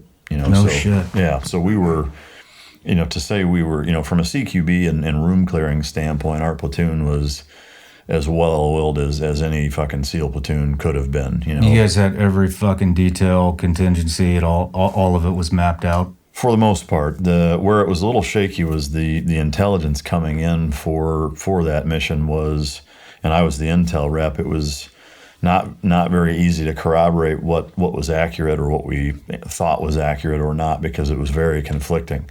Some reports said, there's a handful of people on board, and there's basically there's no intelligence that indicates that there's going to be any resistance on one end of the spectrum. On the other end of the spectrum, there's over 100 people on board. It's rigged with explosives. They're going to clack it off the second you guys fucking step on. And every fucking thing in between, So there was a lot of conflicting intelligence. And, do you have any idea how many different sources they were running for that, or? It was mostly 4, which I can't name which 4, but there were 4 that we were working with predominantly, and even within those 4, it was changing. One day it would be this, and then it's like, no, there's more people, no, there's less people. They've got anti-aircraft artillery pieces on board. They have fucking we see that there's pipes rigged with explosives. My AOIC, the assistant officer in charge or second in command, and I jumped on a helicopter and flew above it, hanging out the fucking window, taking pictures with our most powerful digital cameras at the time, which, again, this is 2003. Yeah. A lot of technology has transpired since then, so it wasn't great, and it was super fucking overcast, so we didn't get great intel, but it was kind of a neat a neat op that way, and that it was, a little bit of an offshoot from some shit that we would normally do. But so we took a bunch of pictures of that, came back, and really ultimately determined that there are at least a few dozen people on board, and we've had multiple reports that there are explosives on board, and that there's a good chance that certain pipes are rigged to blow if we try to take it down. So that was kind of the final picture that was painted for us as we were getting ready to take this thing down. Now, at the same time, there was a manifold and metering station on the coast, which was about 25 miles away from where the GoPlat was. And all of the rest of SEAL Team 3 was tasked with taking that down at the same time. There was a problem with, this 26 miles of pipeline. They're 48-inch pipes, and there's 4 of them, and they're filled with oil. So if they were to blow, either end or the pipes, and that amount of oil spilling, it would have been like 30 Exxon Valdez spills worth of oil in the Gulf, and we would have been, the bad guy because it was our fault and blah, blah, blah. So it was imperative that the entire team was, working in cahoots with one another to be able to take all of it down at the same time. Yeah. Which, as you can imagine, is a hell of a logistic undertaking. Yeah. But so we managed to, we get ready to do it. We took Mark 5s out for a ways, and the ribs followed us. So we were hanging out in the Mark 5s, just kind of relaxing. And then once we got about, 3 or 4 miles out maybe, we jumped in the ribs and got all of our shit on and got ready to go. I mean, we were basically stacked on the ribs, fucking rock, ready to go and haul ass up there. And we had practiced diving, we had practiced fast roping. Ultimately, we ended up just taking a boat and fucking hauling ass up, jumping off the boat and just taking it down in kind of a swarm type of fashion. Climbing up? Yeah.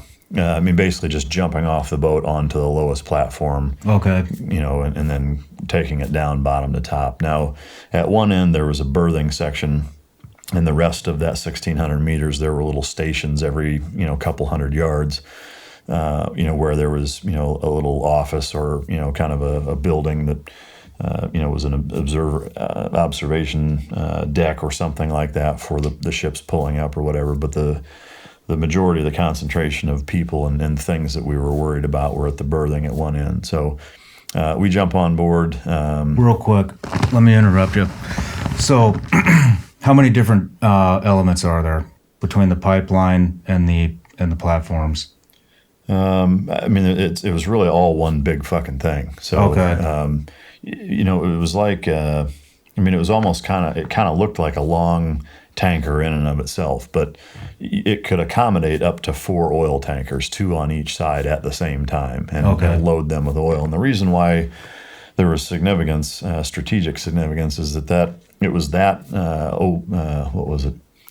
Maybot and Kayat. It was the Mina Al Bakr oil terminal was the name of the facility. How the fuck I remember that, I don't know. But so 4 tankers would come up there, and that's where Saddam was, fighting or going against the embargo and smuggling oil, even though there were sanctions against his country to be able to sell oil. That's where they were doing it from, was from that terminal. The Kayat, the Khor Al Amaya oil terminal, was completely empty, and the Gram guys took that down at the same time that we were doing it. But we knew that there was nobody on there, and that's the target. They just wanted to make sure it was secure so nobody could come on and fuck with it.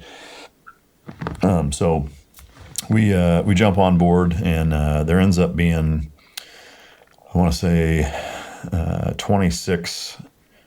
And whatever you want to call them, enemy fighters on board that were a mixed bag of Iraqi intelligence, Special Republican Guard, Navy, and kind of a handful of other people that just had different roles in Saddam's military. There was a couple of Navy divers, and there were a significant amount of explosives on board, and they through interrogations afterward, actually revealed to the interrogators that they were instructed to put the explosives all over the pipes and put them in certain places and blow it when we came on board. But so they were expecting you guys. yeah, because Do you think it's because of the helo op for pulling surveillance? Do you no, think that tipped them off? I think it was two reasons. Is that the helo op, we were at we were stupid high. We were almost O2 levels or close. We were thousands of feet above, and I don't think that tipped them off. We took it down in the first Gulf War. And from a strategic standpoint, it was kind of a no-brainer that they knew it would, because that was the only operational oil terminal that Iraq had at the time in the Gulf that they could load tankers with oil. So it was kind of they knew we would come secure it. It was Saddam's goal, again, learning well after the fact that, like we anticipated, that it was his goal to blow that and frame us or pin it on us for having a huge ecological disaster because we fucked with it, just like they did with the Kuwaiti oil rigs in the first Gulf War of setting them on fire. They wanted to accomplish that same thing. So it was a pretty high value strategic target for sure. And but we managed to get on board without most of them knowing anyway. Is that most of them were asleep. And so, we didn't really have any resistance in terms of them firing or putting up a huge fight. There were some of them that were hiding or that were, locked in different rooms. And we went through and breached all the fucking doors, shotguns with no ear pro. And you were the breacher. I was one of them, yeah. Shane and I were the two shotgun breachers. So we breached a fuck ton of doors, caught guys in rooms, and a lot of them had guns and whatever. We were very fortunate and we were able to capture, 27, 26 prisoners and not have any casualties on our end whatsoever. So holy shit, 27 fucking prisoners. Yeah. Did you say you rolled up in a rib? We did, yeah. Two of them. So rib is kind of like, those of you that don't know, it's looks kind of like a Zodiac, which is a rubber boat, but it has a metal bottom, and a lot of times they have a canopy over it's a center console. Yeah. But and then I'm just curious, it's kind of a weird question, but what were you guys wearing? Were you wetsuits or were you? No, it was all flight suits and MP5s. It was, shit, it was that's like fucking old school recruiting man. video. Holy shit. Yeah. MP5. Were you guys running optics? What was it? It was the Trigicon. The reflex sights on pretty much everybody's rig, yeah. Damn. Yep, and again, that platform there was appropriate because it was mostly metal, everything. Fucking everything was made out of metal, close quarters. So MP5s. Even looking back on it, I would use those again. What we were wearing, I think, was the right call for it. We did have body armor and helmets on, but yeah, classic visit board search and seizure, type of kit and setup. Nighttime? Say that again? Was it at nighttime? Yeah, it was. It was probably around midnight, 1 o'clock, somewhere in there. And it took us about 4.5 hours to secure the whole fucking thing. Obviously, most of that time was down at the berthing area, dealing with all the people. We hog-tied them and put fucking sandbags over their heads and corralled them all into one area. Some guys were crying. Some of them literally shit themselves and pissed themselves. Some of them were in a man pile to begin with, all fucking all over each other and like, what the fuck? But it was a filthy fucking berthing area, as you can imagine, out that far with no real resupply other than kind of the bare necessities. So, but ultimately we were able to get on there before they could do anything. They didn't blow anything up, and we managed to capture all of them. So how many operators were there? There was I think 31 or 2 of us. We had an SDV platoon with us also, so it was two SEAL platoons. Did they roll in the with the sub, or were they on the ribs? So they did an op on or with an SDV that prior to that, from an intelligence gathering standpoint, to try to fill in some of the gaps also, and really weren't able to provide much more intel than we already had. They weren't able to confirm any of the suspicions of, pipes laden with explosives or anything, because ultimately there wasn't. They had the explosives on board, but they weren't rigged the way that they would have needed to have been to actually blow everything up when we stepped on. So They got fucking lazy, huh? Well, there was one guy that made a comment in post interrogations that said, they told us to do that, but we all kind of looked around and realized, like, well, what the fuck are we supposed to do then? We're 25 miles off the coast with no boats, and you want us to blow this up? Like, well, that's going to fuck us up too. So I think that's probably most of why they didn't do it is they didn't want to turn into fucking suicide bombers, 'cause Wow. they'd have blown themselves up. But I've never heard that before. Everybody's always seems to be pretty willing to volunteer for that. yeah, again, I think, when you're talking regular Iraqi military, even the Special Republican Guard guys, it's more mafia style than it is, hardline Islamic terrorist, So in dealing with the actual Iraqi military, most of those guys have no interest in dying, so or are scared of it at least enough to not do something like that. But Yeah. Were the prisoners pretty compliant, or? yeah, they were scared shitless. Yeah.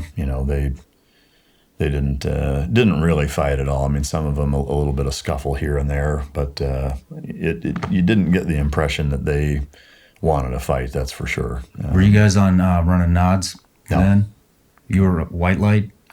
I mean, there was enough light there already that we just didn't need them. We did have white lights, and there were parts of the berthing where we used it, like some bathrooms that were dark, or some sections of it that were lower lit that we white lighted a little bit. But I mean, then not even all of us had fucking nods. In terms of a two or a binocular setting. Like I had a fucking, I think it's, what is it, a PVS 14. The monocular fucking, I had to do some driving with a fucking monocular for a while, so we were, I think, under outfitted a fair bit, but.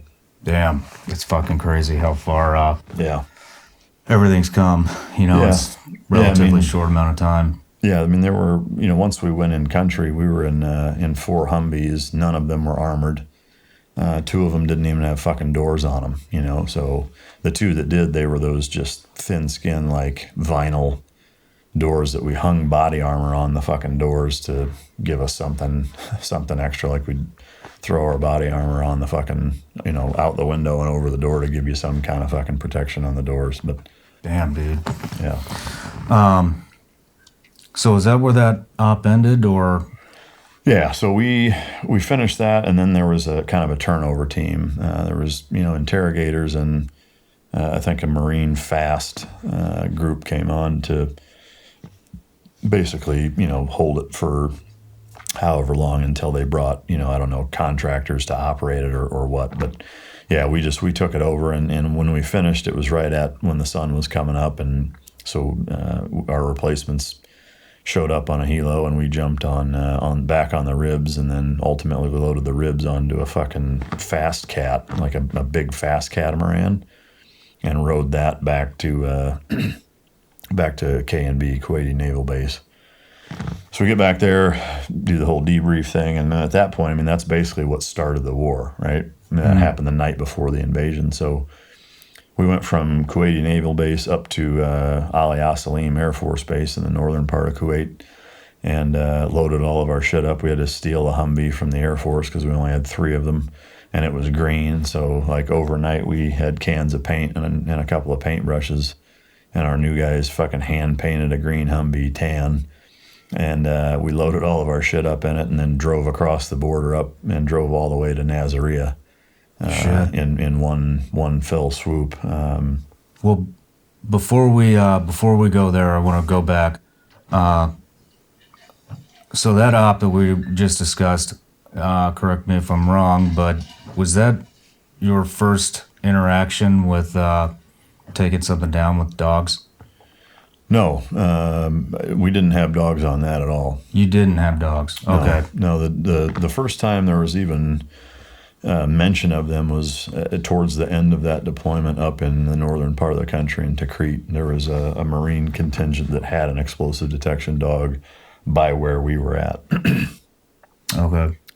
So so we end up going up to Ali Al Salim and end up there was the 15th Marine Expeditionary Unit was taking some pretty fucking heavy casualties in Nasiriyah along a main supply route. A lot of the Saddam Fedayeen guys were heavily concentrated in Nasiriyah, and they were giving them all they could fucking deal with. And so Mattis, who was the CEO of the 1st Marine Division at the time, asked Commodore Harwood if he would let some of our guys come up and ambush the ambushers that were fucking with his supply route. So we went up into Nasiriyah and spent a couple weeks there disrupting every fucking thing we could. And we spent kind of a blue gold, we spent that time doing kind of a blue gold thing with another platoon from Team 3. And so we would go out one night and do operations, and they would be our QRF. And then the next night we'd flip-flop. We did a couple of ops where we went out together, and we would drive or they would drive, and kind of all go out as a group. We hit a train station as a group, and that was one of the times where I had to drive on nods, totally dark for like 3.5 hours on the insert. And we pull up and hit the train station. We establish a perimeter and whatever. And that was the first mission where we actually found like CBR, the chemical, biological, radiological suits, and 2-PAM chloride pens and bags of white powder and all kinds of like chemical weapon training suits and a bunch of shit in there that we turned over and never heard anything more about it. What was the pucker factor? The pucker factor huge. Like? Yeah, I'll bet. Yeah, I mean, when you're coming across that shit, you're just like, holy fuck. Like, are we stepping into a fucking, cache of goddamn, chemical weapons, or what the fuck is this, So, so we spent 2 weeks there just, again, trying to disrupt operations. Spent a lot of time, blowing up fucking, like, we'd find caches of weapons, of crates of RPGs, shit like that. We had we had a UAV guy at the time that program was just kind of starting to come online, and so there was a team guy UAV operator that went with us, and we'd launch it from the Humvee, and it was awesome because like we would drive along and it would be up above, and at a certain level on the ground, unless you kind of really know what you're looking at, you can't tell if that's a real fucking plane or a UAV if it's high enough, right? And so you could draw out, the fucking insurgents because they'd start shooting at it, and so we would use that as much as a fucking decoy as we would, actually getting the real-time intelligence of what's ahead, is that you draw out people that start shooting at it and stuff. So, we would, spent a couple weeks just doing tit for tat, trying to disrupt the network of people that were fucking with the convoy routes for the Marines. And it seems like we did at least an adequate enough job to keep them from getting fucked with anymore. So, what was the resistance like? Were they pretty dedicated, or? No, it was real mixed. Most of it was, again, this was at the start of the war, so I think just my kind of assumption was that they didn't really understand. It was kind of like the guys in Yemen, is that it was more like testing what they could get away with or not. Okay. So it was much more cat and mouse kind of shit, And because of that, I think, they based a lot of what they did after that as, teams came in and established FOBs and whatever, is that, that kind of set the tone, I think, for what they knew they could start to get away with or not, how much of a fight they could put up with before they had to, retreat or bound back or bag ass and live to fight another day, So a lot of it was, and for us too, some of it was us feeling them out, if we shoot through these windows and we take fucking shots from here, how we respond, what does that dictate, in terms of their response, and, whether or not we use the UAV, if we, blow up caches, do they come to see what the fucking explosion was? If we blow up, like we blew up vehicles, or shot water tanks, like we'd come across little areas that we knew, people had just been there, like there was fresh food and little like almost campsites at different checkpoints and places, or you'd take shots from somewhere and you'd go check it out, and they would leave, and you'd find, crates of fucking ammo and AKs and RPG rounds and fuel tanks and vehicles and shit. And so we would, swoop in there and just place fucking standard charges on everything and just blow the fuck out of all of it, and then sometimes we would probe in further, sometimes we would go back and see if they would come back. It was a lot of that kind of back and forth cat and mouse bullshit of figuring out what the fuck they're going to do based on what we do and vice versa. But you guys were fucking engaging. In some cases, yeah. It was pretty light though. It was very, what I guess I would call it. It was more reconnaissance driven. On both ends. Both in fire and effect and everything else. But it wasn't until we went up to the northern part of the country where it was a legitimate fucking like holy fuck gunfight. Where there was bullets flying every which goddamn direction, into the Humvees and right past your fucking head and in the ground next to you. And I mean, it was like kicking over a fucking hornet's nest when we went up there. But between Nasiriyah and the northern part, we did hang out. We were in Baghdad. We took down a Scud base. That's fucking awesome. Which was pretty neat, especially growing up, in the first Gulf War and seeing, how big of an impact Scuds had on everything. And, so this was the Iraqi Army's main Scud training facility base. And there, I took pictures of they had murals, these crazy, like, anti-American murals that had all sorts of twisted shit. Like, it'd have, like, a blonde-haired, blue-eyed, muscular guy on his knees with his hands behind his back, and, like, a muscled-out Iraqi-looking guy with his shirt off, with an Iraqi flag wrapped around the American's neck, like choking his eyes until they're bulging out and falling out of his head. And no shit, you got pictures of this? I do. I'm gonna put them up on screen. Like a skull painted like an American flag, with a fist painted like an Iraqi flag, like coming down and crushing the fucking skull apart.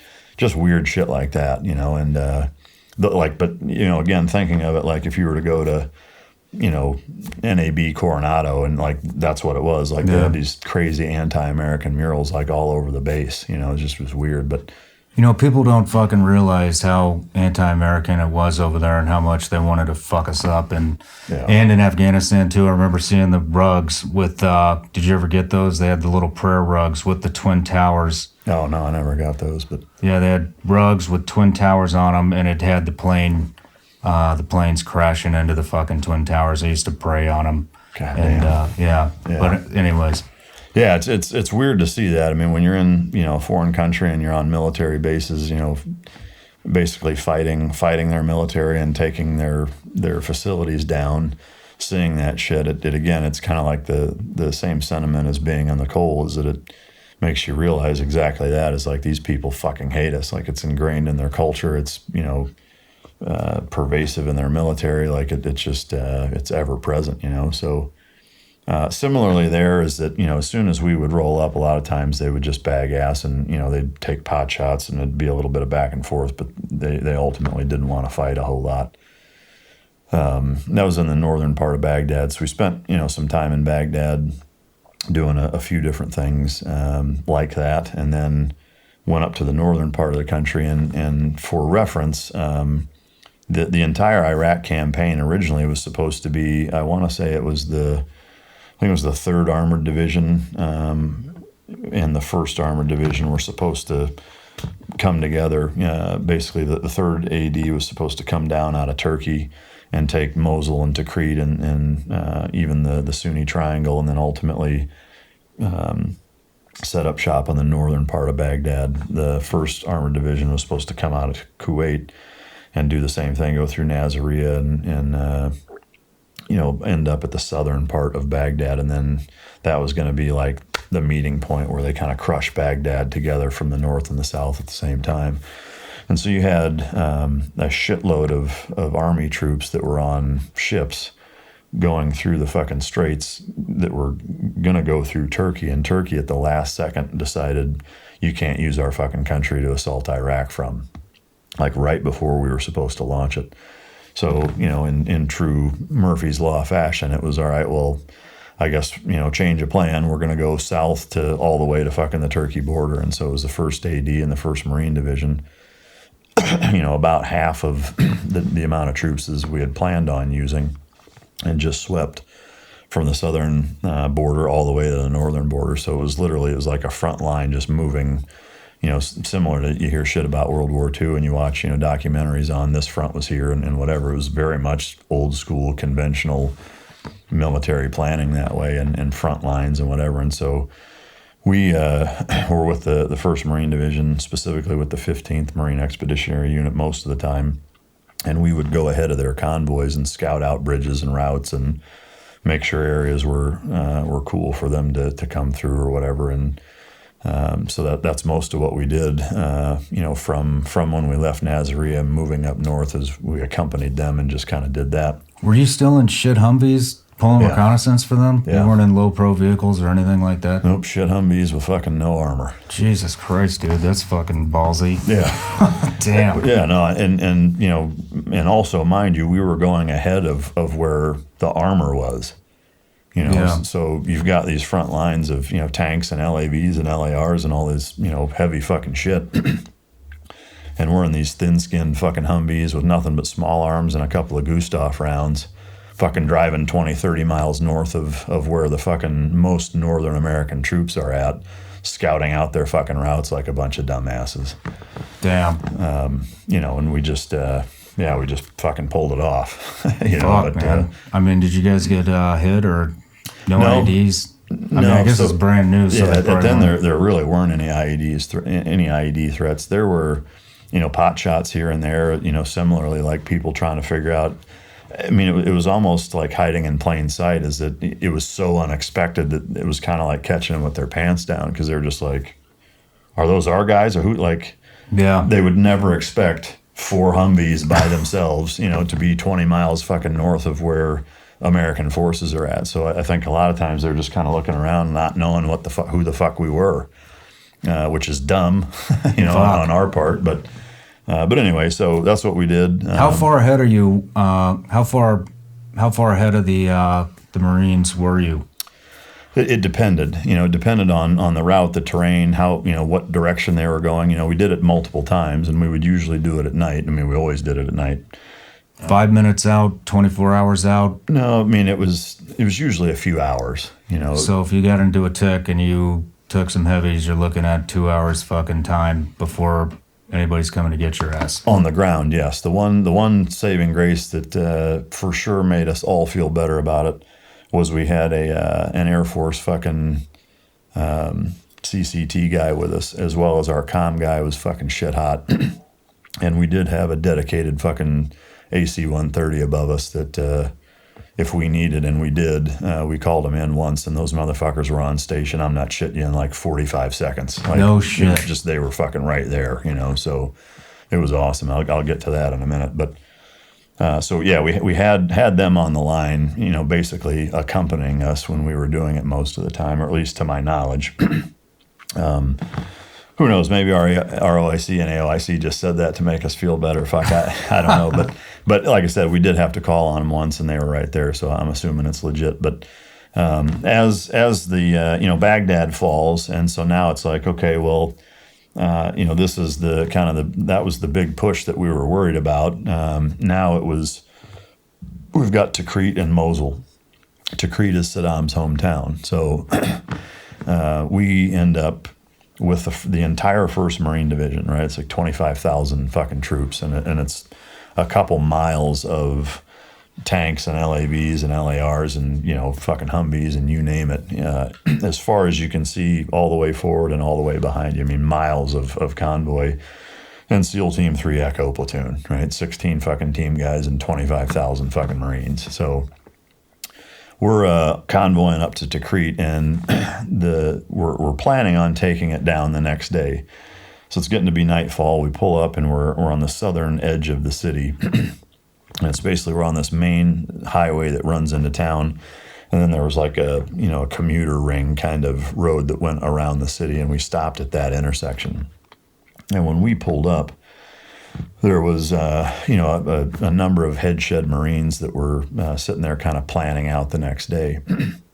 And when we pulled up to kind of dirt dive the next day's operations with them, the first thing we asked was like, hey, did you guys fucking secure this area? Like, have you probed out? And, oh, yeah, everything's fucking good. Okay. So we pull our Humvees up and, you know, like a bunch of assholes, take our boots off and fucking start eating chow and fucking white light headlamps on and, you know, like we're on a fucking S&R mission at Fort Irwin in July, you know, like just totally fucking no discipline, you know, really. Because again, we're like, dude, we're with 25,000 Marines and they, you know, like they've been here for the last 2 hours. Like, I think we're good, right? No. So we're literally like maps on the hoods, fucking talking over what we're going to do. And they're saying, you know, tomorrow we're going to have, you know, this fucking group take this part, this group take that part. You know, SEAL Team 3 Echo, you guys are going to come in from the east with this group and you're going to, you know, circle up and take this route and hit the fucking palace and take it down. As we're planning this, all of a sudden, all fucking hell breaks loose. Like gunfire just erupts and it's every fucking where. I mean, you know, there's explosions and looking back on it now, the road that we were on in that ring, there was a kind of a little nest of trees and then a tree line that followed that road heading east. And there was a group of insurgents that were in that fucking tree nest, literally probably 20 yards from where the fucking convoy paralleled. Just sitting there, fucking ski mask, trench coats, AKs, fucking a little, you know, cached nest of fucking stuff. Right behind that, they had a couple of vehicles with a couple of technicals that had anti-aircraft fucking pieces on the back, and the beds of the trucks were filled with fucking shells. And so what ended up happening is 2 Marines walked out into that field to take a shit and fucking literally bumped into a group fucking all on their knees in the dirt, fucking dirt diving how they were going to ambush us.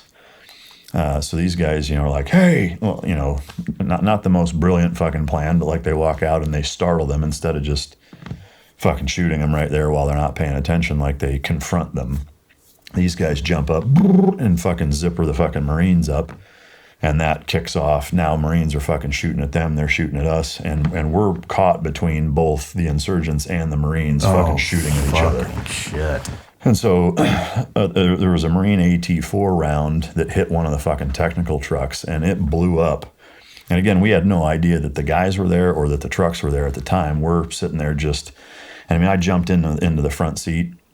I'm trying to throw my fucking shit on, and I mean, there's rounds coming in the fucking dash, zipping past my fucking head, you know, hitting the fucking engine compartment, hitting the dirt right outside where my feet are at. I mean, hitting the fucking windshield, you name it, all over the fucking place. And so, you know, we get all of our shit on. We get into like a lazy L ambush facing the contact to try to figure out what the fuck's going on. Because we also know, hey, there's fucking blue forces right there. Like, what the fuck is going on? And so when that AT-4 round hit that technical with all the rounds in it, well, it sent, you know, dozens of fucking anti-aircraft rounds scattered, half detonated all over the fucking place. And they start blowing up sympathetically, like, and intermittently, making us all think that, you know, there's this monster force ambushing us, right? Because all we see is, you know, it's like artillery's fucking going off. And so we get on our fucking night vision and we start to identify, you know, what's what. And there's a fucking dude that's like, he's probably 25, 30 yards away, crouched down, a ski mask on, trench coat, fucking AK, and he's just like sitting there crouched down, just kind of turning his head, looking like this, cool as a fucking cucumber. He doesn't have nods at that point. Most of our guys did, and so we get him on. We get in this L-shaped ambush. We deconflict with the Marines. We all had suppressors on, so they actually didn't even realize we were taking care of that guy and then the nest behind him. But so most of our guys fucking engaged this dude. What was interesting is there was 6 or 7 of us, I think, that all took shots at basically at the same time, fucking center mass, and drilled him. And that motherfucker dropped his gun and ran for probably 50 or 60 yards before he fell down and fucking died. What, this happens a lot. What kind of rounds were you guys Green using? tip, fucking Green tip? pinpricks. You know, we had that same shit happen to us, and it still blows my mind that after all the after-action reports that were coming out, that we didn't fucking change from green tip because it was just zipping right through. Yeah. And a lot of times guys didn't even know they were being fucking shot. Yeah, it's a good case for 300 blackout. Yeah. but especially a fucking 124 grain, not a 205 grain. But anyway, so we end up neutralizing that guy. He goes, and there was some interesting things. Once, everything fucking dies down. The 2 Marines that got zippered up, one of them I think ended up dying. The other one got medevaced out and was actually saved by, he had like a fucking Tom Clancy novel shoved down in between his flak jacket and his fucking chest, and one of the rounds fucking stopped halfway through the fucking book. And had like half of his ass shot off too. Like he took an AK round in his ass and blew, most of his ass cheek off. But our corpsman fucking helped him out and got them as patched up as they could and what have you. But upon further investigation, once we got the Marines to stop shooting, the sympathetic detonations from the technical fucking artillery pieces stopped going off, and we kind of get in a leapfrog forward, moving through the area where we were ambushed from in this nest. And similarly, like, these guys were set up for several days worth of food and lots of ammo and explosives and fucking RPG rounds and all sorts of shit. But when we finally came across the one guy that we shot and took off running, he had some really weird fucking personal effects. He had absolutely no identification on him whatsoever. Like, not a wallet, not a driver's license, nothing. No papers whatsoever. But he had on like a fucking John Wayne gun belt, like a legitimate, like something you would buy out of a fucking store, like a toy. And it was a plastic fucking pistol in it. You gotta be shitting me. Yeah, he had a toy plastic pistol in a cheese dick fucking John Wayne gun belt. He sure as fuck had a real AK.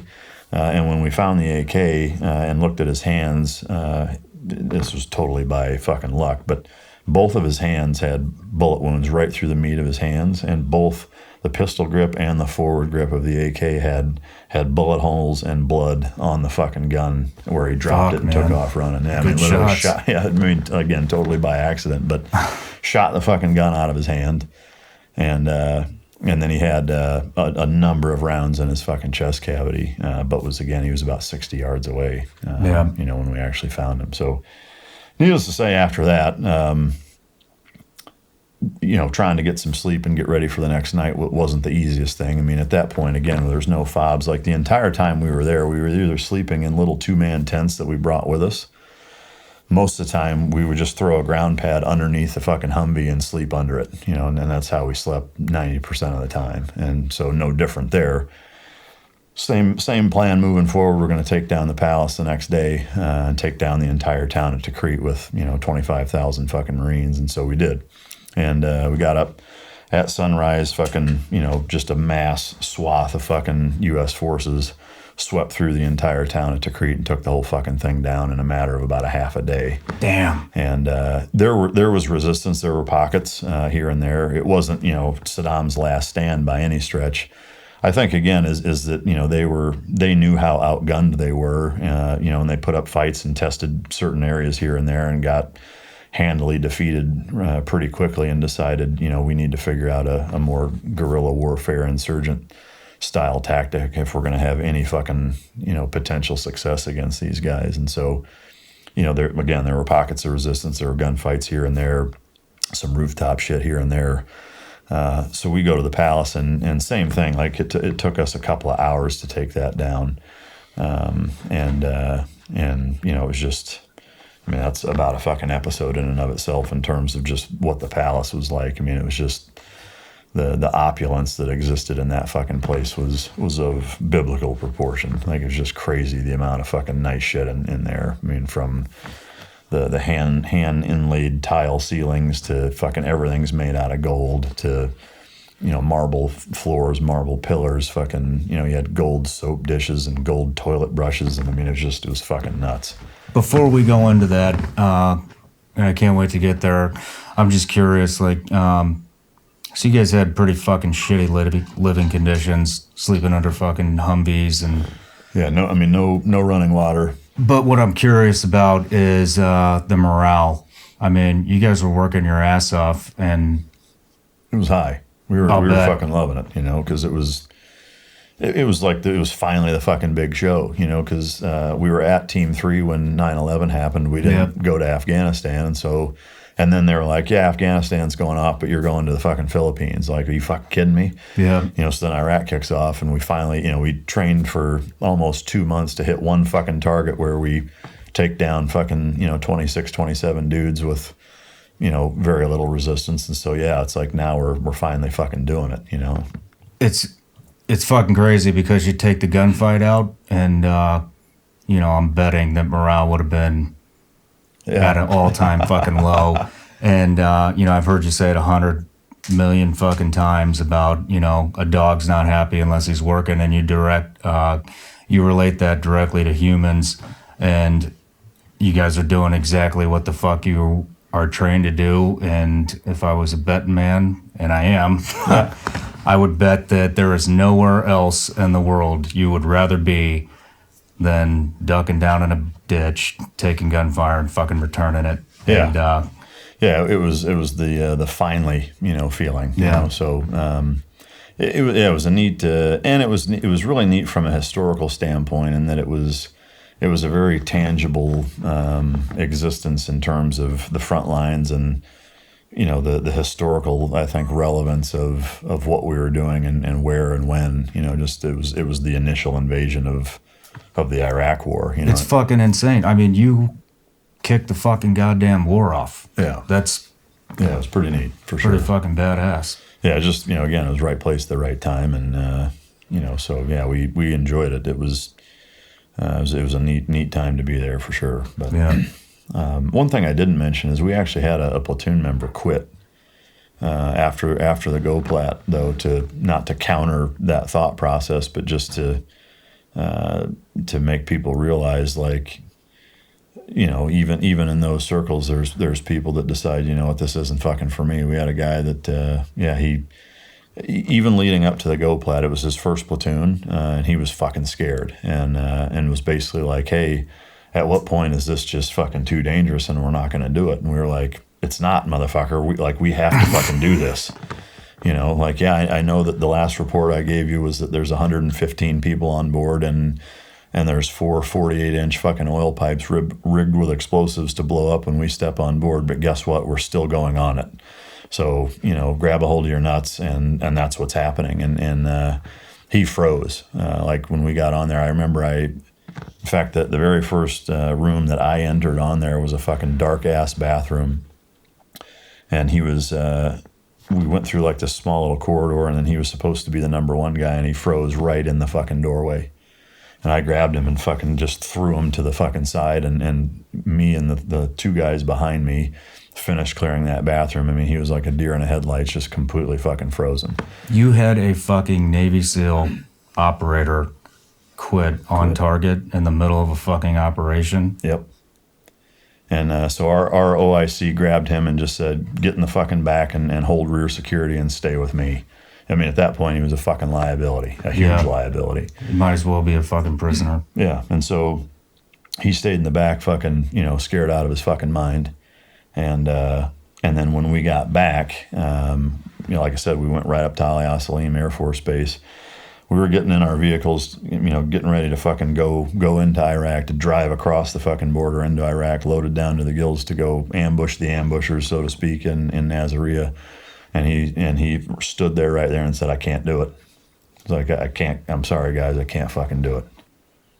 Holy shit. He's like, I got a wife, I want to have kids, I'm sorry, I can't fucking do this. And we were all like, you motherfucker. He was a 60 gunner for us too.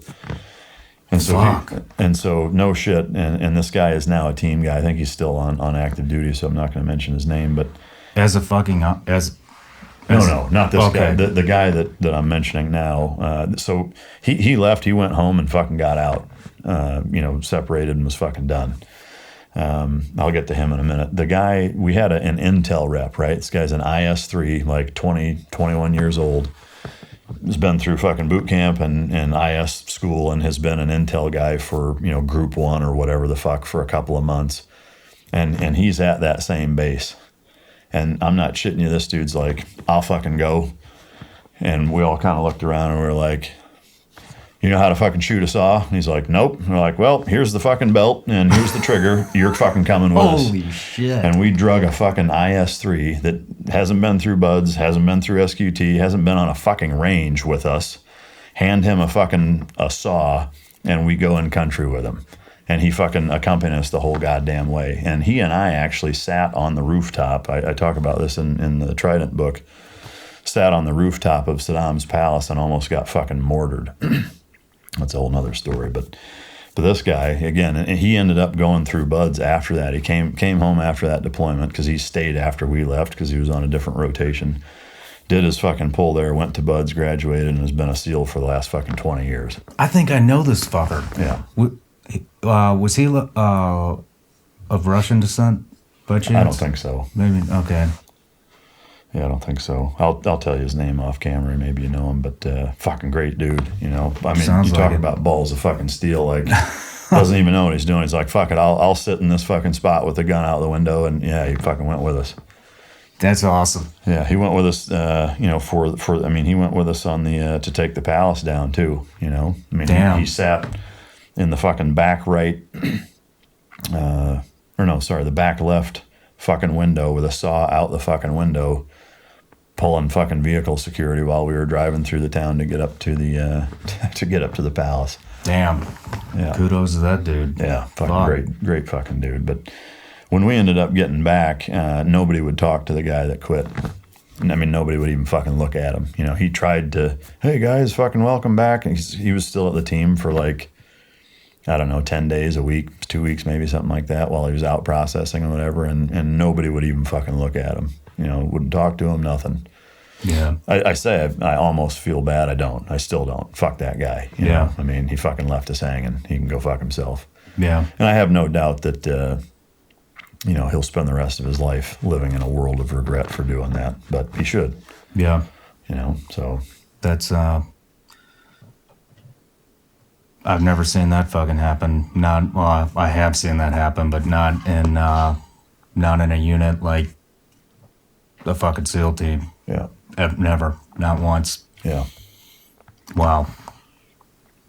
So, the palace. So the palace again, it was everything you would think, you know, in terms of just how it was made and how fucking big it was, and the attention to detail that was put into constructing that fucking thing was mind-boggling. Now, did you get any souvenirs by chance? There were no souvenirs to be had. Yeah, zero. So, all right. It's completely empty. Nothing to it. Nothing to see here. Nothing to see here. And so, I mean, in all seriousness, it was mostly vacated. In that, you know, that was, while it was his hometown, it was not a palace that he spent a lot of time in. So it wasn't like filled with Saddam's personal effects like the Baghdad palaces were. There was stuff in it, but not, you know, again, not like he was living there all the time like the ones that he did in Baghdad. But I know. I mean, there was a lot of good shit in some of those palaces, like. So I've heard. Yeah.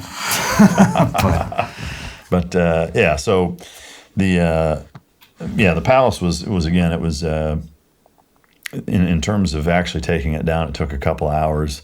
It wasn't, you know, some heavily guarded fucking institution. At that point, it was, that part of the town was a ghost town. Again, I think there were indicators that you know, that people had been there recently, just like a lot of the other places, but had just left. And, you know, thinking of it now and looking back on it is that, you know, to have a crew of, you know, almost 30,000 U.S. soldiers, many of whom in armored vehicles, rolling up towards, you know, I don't care how many of you there are in a palace, like, they're either going to knock the palace down or, you know, whatever, like, you're not going to stand a chance. And so I think the pockets of resistance that we did run into were, you know, we either caught them off guard or they were just seeing, you know, how hard we would fight back or go after them or whatever. But there weren't these like epic fucking 4-hour gun battles. You know, there were shots here and there, and it was no, you know, no real fucking dug in and you know, pulling fucking grenade pins and dragging people out of buildings. It just wasn't that, you know, for that. But once we secured the palace, though, then we kind of set up shop there. And at that point, like, we were finally done moving through the country. You know, we had spent that entire time in country constantly, you know, bumping forward and coming back and bumping forward and coming back, moving our way from the southern edge of the country all the way to the north. So, I mean, in that respect, it was kind of neat to have fought our way the entire way of the entire fucking country during that initial invasion period. But once we got to the palace and took it down and set up shop there, then we were static, and that's where we were the static for the most and for the longest. And so we started doing like some sniper overwatch shit. We'd go out in town from there and you know, and set up similar operations of kind of what we were doing down in Nasiriyah and in the southern part of Baghdad, of just kind of going out and getting our own intel and figuring out what the fuck's going on, and if anything was to be had or to be done, then we did it. But there was a 24/7 watch on the rooftop because it was the highest point in the city.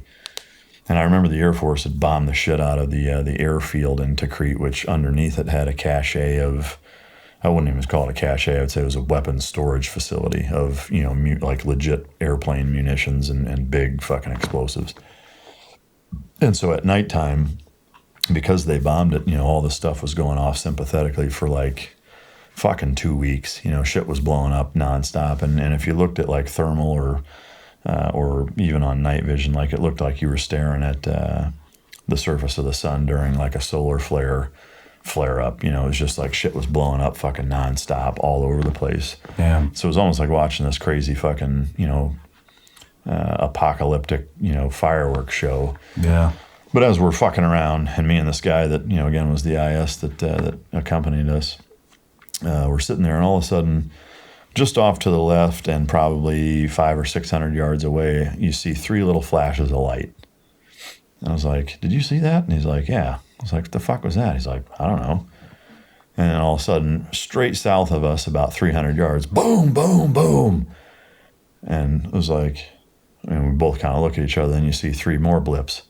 And then about fucking 200 yards south of us, fucking 3 big explosions. Shit. And then 3 more blips, and then now it's just fucking south of us, 3 more big explosions. And as soon as we look at each other like, dude, we got to get the fuck off this rooftop. Yeah. Just as we're starting to go bail down, all of a sudden on the other side of, I can't remember if it's the Tigris or the Euphrates, whatever the fuck river that his palace is on in Tikrit, all of a sudden from the other side of the river, it sounds like a fucking transformer is having a seizure, right? Like Optimus Prime is fucking getting his ass pushed in. I don't know, like it's this weird fucking rumble and whiz and fucking metal moving, and then you just hear boop, boop, boop, boop, boop, boop, boop, like, and all these flashes of light from across the river, and where those 3 blips came from just fucking decimated. We didn't even know they were there. There was an Army counter artillery battery across the fucking river set up with their fucking whiz-bang goddamn satellites and whatever the fuck else. And it took 3 iterations for them to pinpoint where they were, and then they just fucking nailed them. We had no comms with them. Like I said, we didn't even know they were there. Jesus. I mean, I wouldn't be fucking sitting here 100% if they hadn't been there, because we couldn't have got off that rooftop. The way it was situated and the way that we were up there, it would have taken us probably 30, 40 seconds to even get just in the first part of the stairwell to get down off of there, and we'd have been fucked. Yeah. You know, yeah, just one of those fucking lucky moments, I guess. But A lot of those. yeah. Damn. Well, let's go back to C-130 and Scuds. Yeah. So where the C-130 came into play was during that ambush that I spoke of. Our combat control and comms guy got on the radio and had a C-130 on station fucking right away during that. The downside is for that specific scenario, while it was awesome that they were right there, where the contact was coming from was 25 yards away. It was just way too fucking danger close to do anything about it. So we weren't able to use them in that scenario, but they were there, you know, and there were a lot of other times where when we were out and about, if we had run into anything like that and not had 25,000 Marines with us, we would have been able to use them, I think, probably a little more effectively. But there were just too many fucking blue forces everywhere for them to be able to engage comfortably, especially then. Yeah. You know, but what were you guys marked with, or were you marked? Were you using strobes? if I remember correct, I think we were just using little fucking squares of fucking IR tape on our helmets. Like That's it? super old school, yeah. Oh, damn. Yeah. Fuck. Yeah. Yeah, I mean, again, at that time, like a lot of the mechanisms and kind of protocols were put in place because of how little were there when it first started. Yeah. You know, so. Well, just for the audience, the reason I asked that is because that's how air deconflicts. That's how they know where the good guys are. Is they have a IR strobe that blinks on top of their helmet, or on the vehicle or wherever, and so that is how air assets like a C-130 knows where the good guys are, and that way they can be sure they're shooting the right fucking people and not their own. So to just have some glint tape, Yeah. is that could go bad pretty easy. Yeah, our comm guy may have had an IR strobe and a fucking an islet or something, or not an islet, but a fucking green beam, PEC 5 or something. I mean, I don't know, something. I just, I wasn't the comms guy, and so I don't know what the fuck they had or didn't have. I just remember I think we all had glint tape on our helmets. No good. Damn. Well, let's move on. Yeah. So from there, we spent several weeks in Tikrit, again, just basically, solidifying our presence there, which was, the start of setting up forward operating bases. And the way I understand it is that fucking palace ultimately ended up being like a State Department office or an intel building or something like that, and I think is still manned by U.S. forces today, I believe. But so we basically just kind of handed it over to them, and then from there made our way back down to Baghdad. And at that point, SEAL Team 5 was coming in to relieve us. At that point we had been on deployment for 8 months. And so SEAL Team 5 came in, and we did, about the most half-assed turnover with them, because it was just a quick turn and burn. Like, we didn't have, hey, this is the FOB we've been in for the last 6 months, and here's all of our target intel, packages or whatever. There weren't any. We had just finished basically taking the entire country over, and so it was like, okay, now you guys. You've got it, high five, and that was it. And so from there we made our way back down to Kuwait, and then flew commercial air out of Kuwait back to the United States. But damn, yeah. So that was a rough but a good deployment, and you guys didn't take no casualties. No, nope. We had one guy got injured, and it was nothing serious. It was during the GoPlat, actually. He fucked his hand up on during, I think it was breaching one of the doors and windows, is that he fucked his hand up fairly well. I mean, he stayed for the rest of the deployment, but that was it.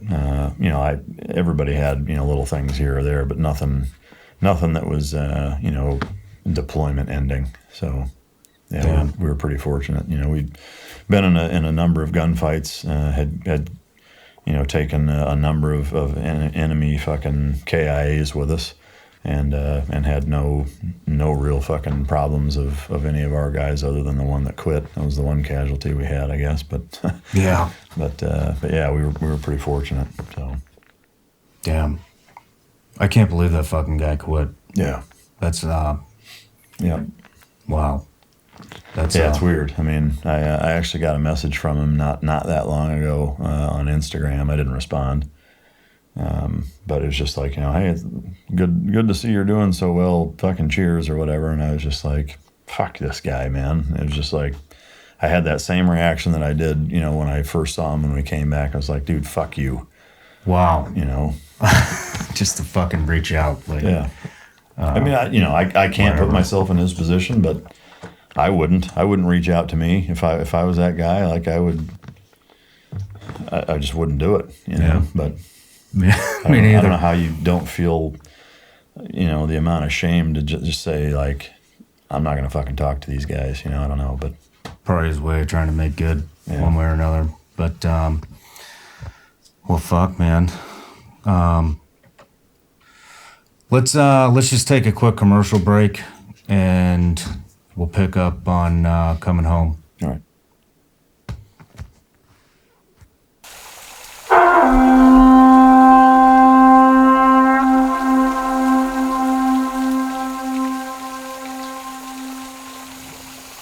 I hope you guys are enjoying the show.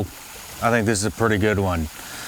Hit pause, go over to vigilanceelite.com, pick yourself up one of these sweet shirts. And if you're lucky, maybe these hats will be in stock too.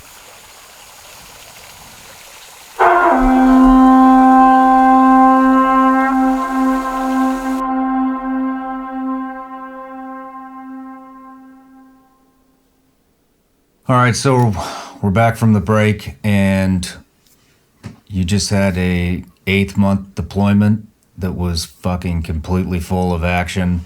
You kicked off the war in Iraq, which is something to be said about that for sure. That's fucking incredible. And so now you're coming home, and let's go there. What are you doing when you get back?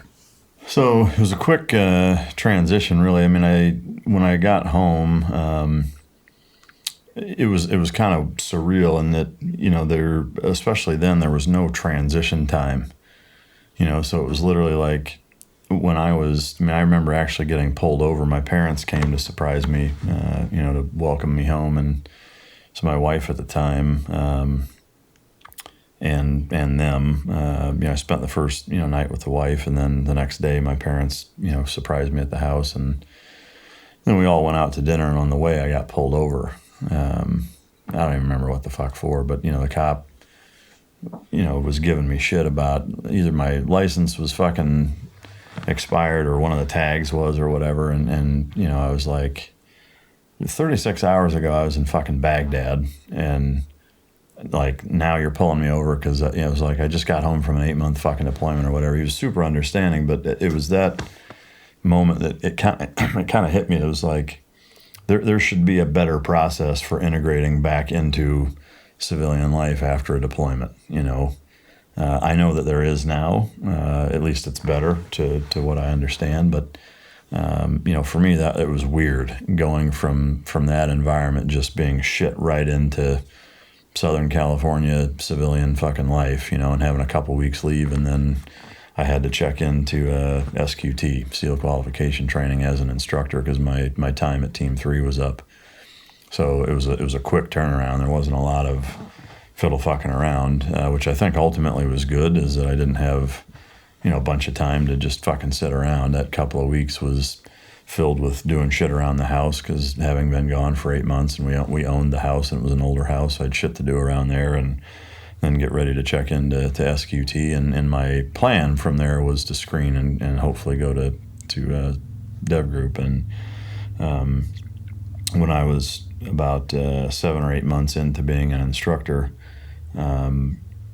I developed valley fever, which I've talked a little bit about. It's a fungal lung infection where it spreads through your lungs like mold, and I lost about 40% of my lung capacity, and so I was on convalescent leave for about 10 months, and then from there, it was basically the infectious disease captain at Balboa tried to medically retire me at that point, and I had a meeting with him, and I just said, you know, hey, my first child is on the way. I don't have a college degree. I was planning on staying in and going this route.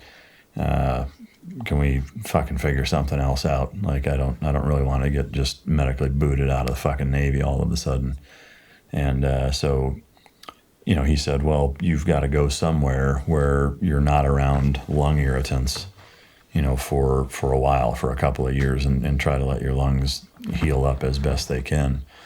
And I was like, well, fuck, everything we do is irritating to our lungs, you know, so yeah.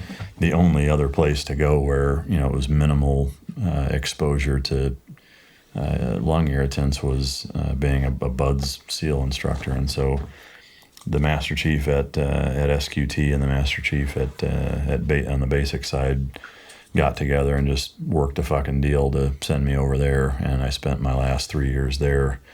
Got a college degree, had both my kids, and then fucking jumped ship out of there. While I was there is when I, really focused heavy on dog training, from the end of the deployment to Iraq to when I was first kind of exposed to them. During that time, being sick, I was, like I said, on convalescent leave for almost a year with a lot of free time to focus on training and things of that nature.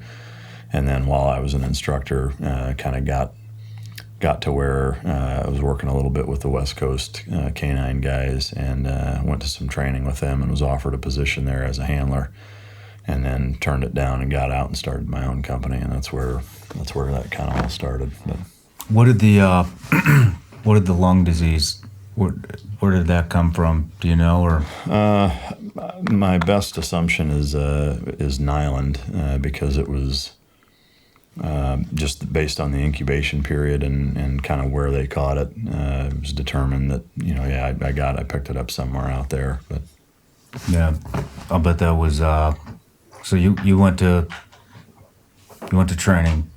And then you wanted to fucking screen to go to Dam Neck to go get some more, and then you find out that's slim to none chance.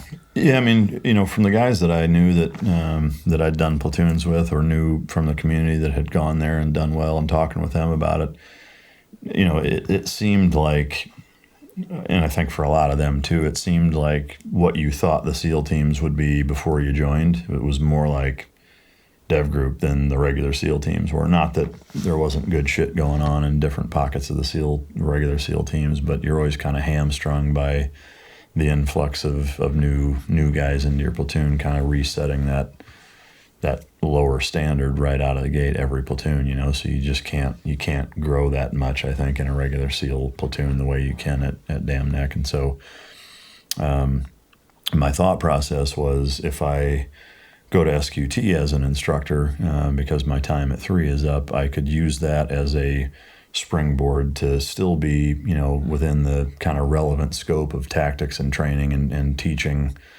the guys getting ready to go to SEAL teams. And while I'm there, screened to go to Dev Group, I could get in good shape. And so one thing I will say, the time spent in Iraq, wreaked havoc on all of our physical conditioning, because of the conditions were so dire. I mean, we were eating 2 MREs a day, and that was it, and no weights and no fucking, it was wearing kit around and whatever, but it was, I dropped about 30 pounds and was in pretty bad shape physically at the end of that. And so I wanted to, again, get in really good shape and get ready to screen and then go. But at least while I was doing something still somewhat relevant, or felt more relevant in the community while I was getting ready to do that. But then once I picked that up, it threw a wrench in fucking everything. So yeah. Well, I mean, it definitely, would you say it turned into a positive? Yeah, I look at it, and even, when I was at the crossroads of whether or not to get out or stay in and be a handler, that was a really tough decision, because I wanted to be a handler. It was a really kind of enticing and attractive offer to stay in and do that.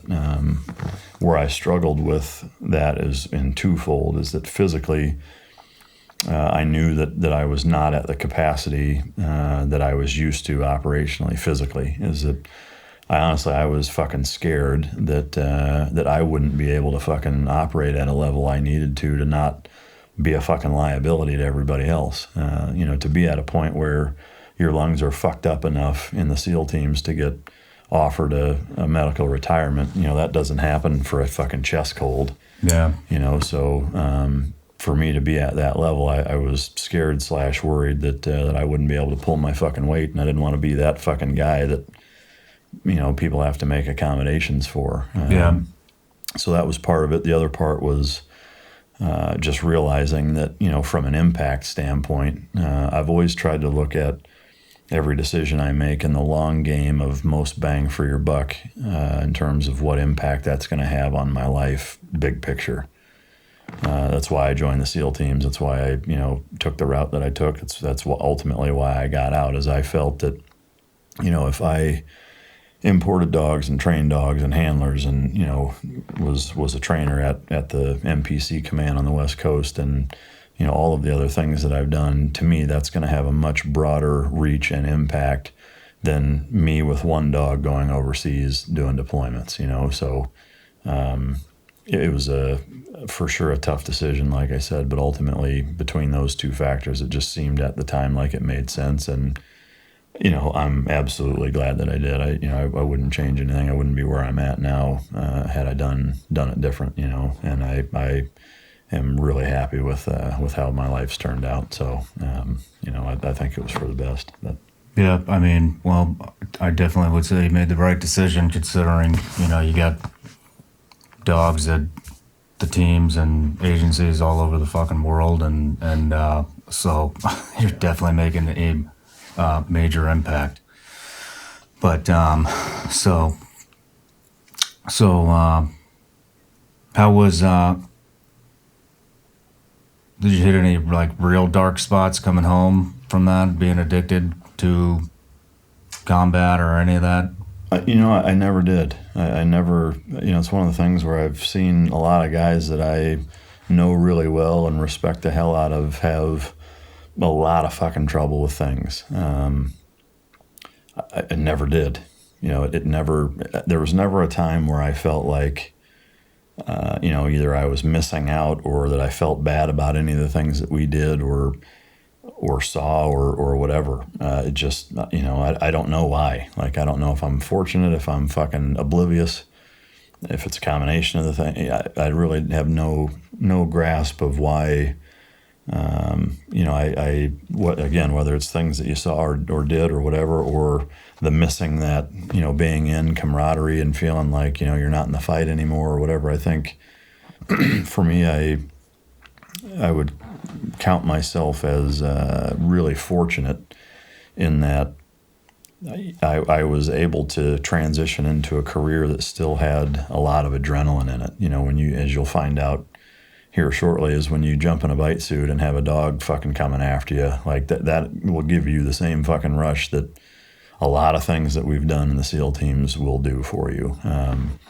Being around high drive dogs that make your asshole pucker when you just clip a leash to them and they look at you like fucking, you want some, chief, they give you that look, and it's exhilarating for sure. Plus, coming back as a trainer for the West Coast Multi-Purpose Canine Program a couple of years after I got out, like I was working with guys that I'd been in with, guys that I was instructors with, guys that I'd been to war with. Like it was really the best of everything. It was because I was doing what I was passionate about in the dogs. So being able to select dogs from anywhere in the world, of the highest caliber, and working with guys that I know, love, and trust and consider brothers in arms, and marrying those two things up together and sending them overseas to operate. To me, it's like, how do you fucking get any better than that? Yeah. So there's no question that played a huge role in me never sinking into that, kind of depressed, like, fuck, I'm not part of the community anymore, or, I'm not associated with the teams, or I don't feel like I'm a SEAL or whatever. Like I just, whether it's that or working with police departments and, SWAT teams, or, taking in retired Warrior Dog Foundation dogs or whatever, like I still feel like I'm still kind of part of it enough, for me to not just not have that feeling of darkness or depression with it. Did you have any, it sounds like you pretty much stepped out and, it doesn't sound like you had a whole hell of a lot of downtime when you did get out. And so did you kind of step right into your business? Not exactly. There was about a year period that I did a little bit of contract work here in the States, teaching basic pistol and rifle to some Army guys as a warfighter focused contract through a company in Arkansas. I did that for about 3 or 4 months, and then transitioned into a job at ExxonMobil as a drill rig supervisor, company man for about 6 months, where I went to.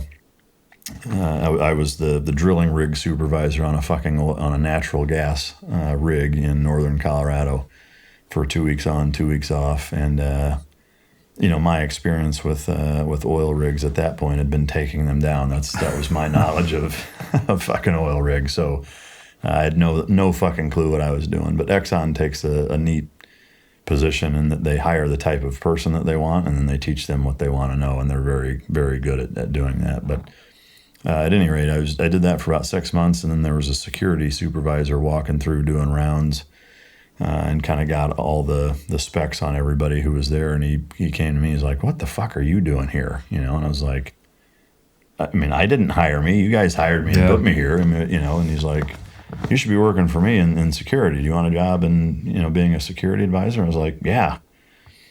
So I went and tried to do that. That was an executive position. And, for me, I realized very quickly that was not my fucking cup of tea. They wanted to send me to Papua New Guinea to work on this multi-billion-dollar natural gas pipeline project between China, Papua New Guinea, and Australia, implementing security protocols into this pipeline project being built. And once I started kind of looking at what they were trying to do and the security protocols that they wanted to implement, I realized some changes needed to be made, and they didn't want to hear what my changes, they had no interest in what my opinions were. They just wanted me to do what I was told. And for me at that point, I was at the point where I had my dog business about ready to start anyway. And I'll be the first to admit, I mean, my entire plan the whole time with taking that job was a springboard out of the military while I was setting the dog business up. So, my intention was never to be there for very long anyway. But at that point, it just made sense to bail out anyway. It was a little earlier than I wanted to in terms of, my kennel facility wasn't built.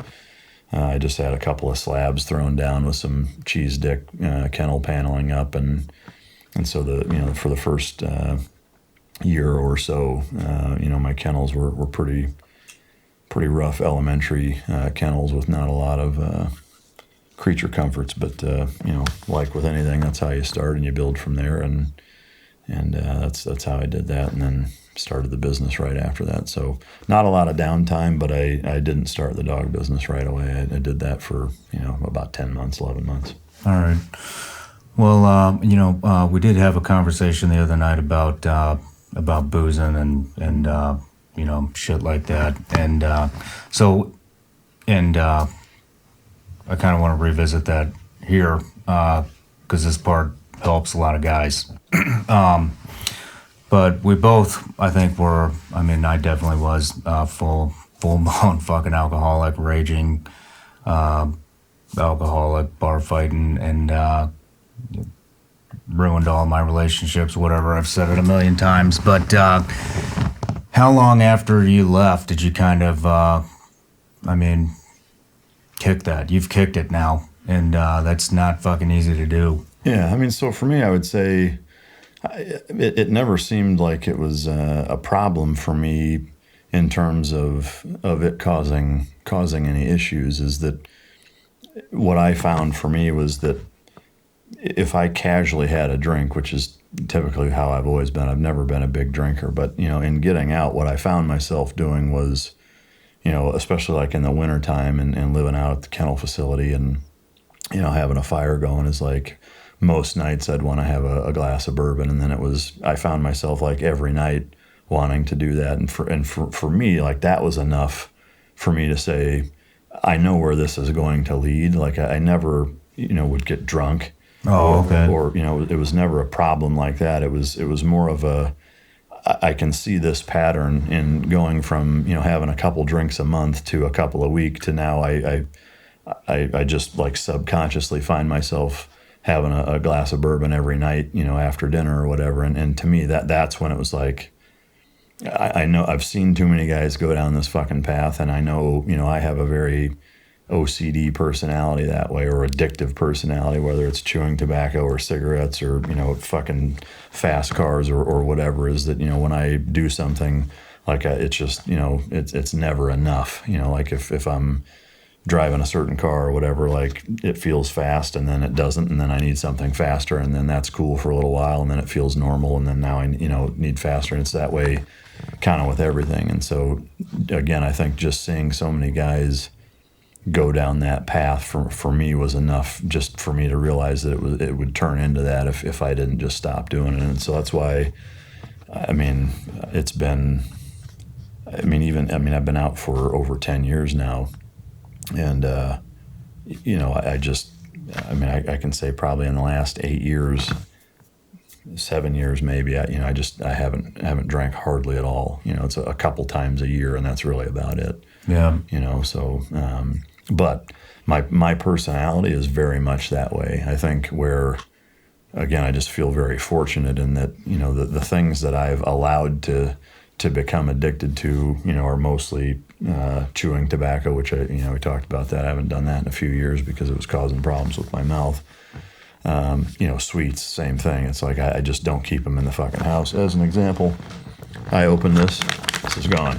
Yeah. So, I had a whole fucking bag of gummy bears sitting here, like, sweets and nicotine and caffeine, things like that. I know how I am with stuff like that, and if it's there, I will fucking take it. So I just stay away from the things that I know if you do consume a lot of that, it's going to cause serious fucking problems. I just stay away from it entirely. So you do not know moderation.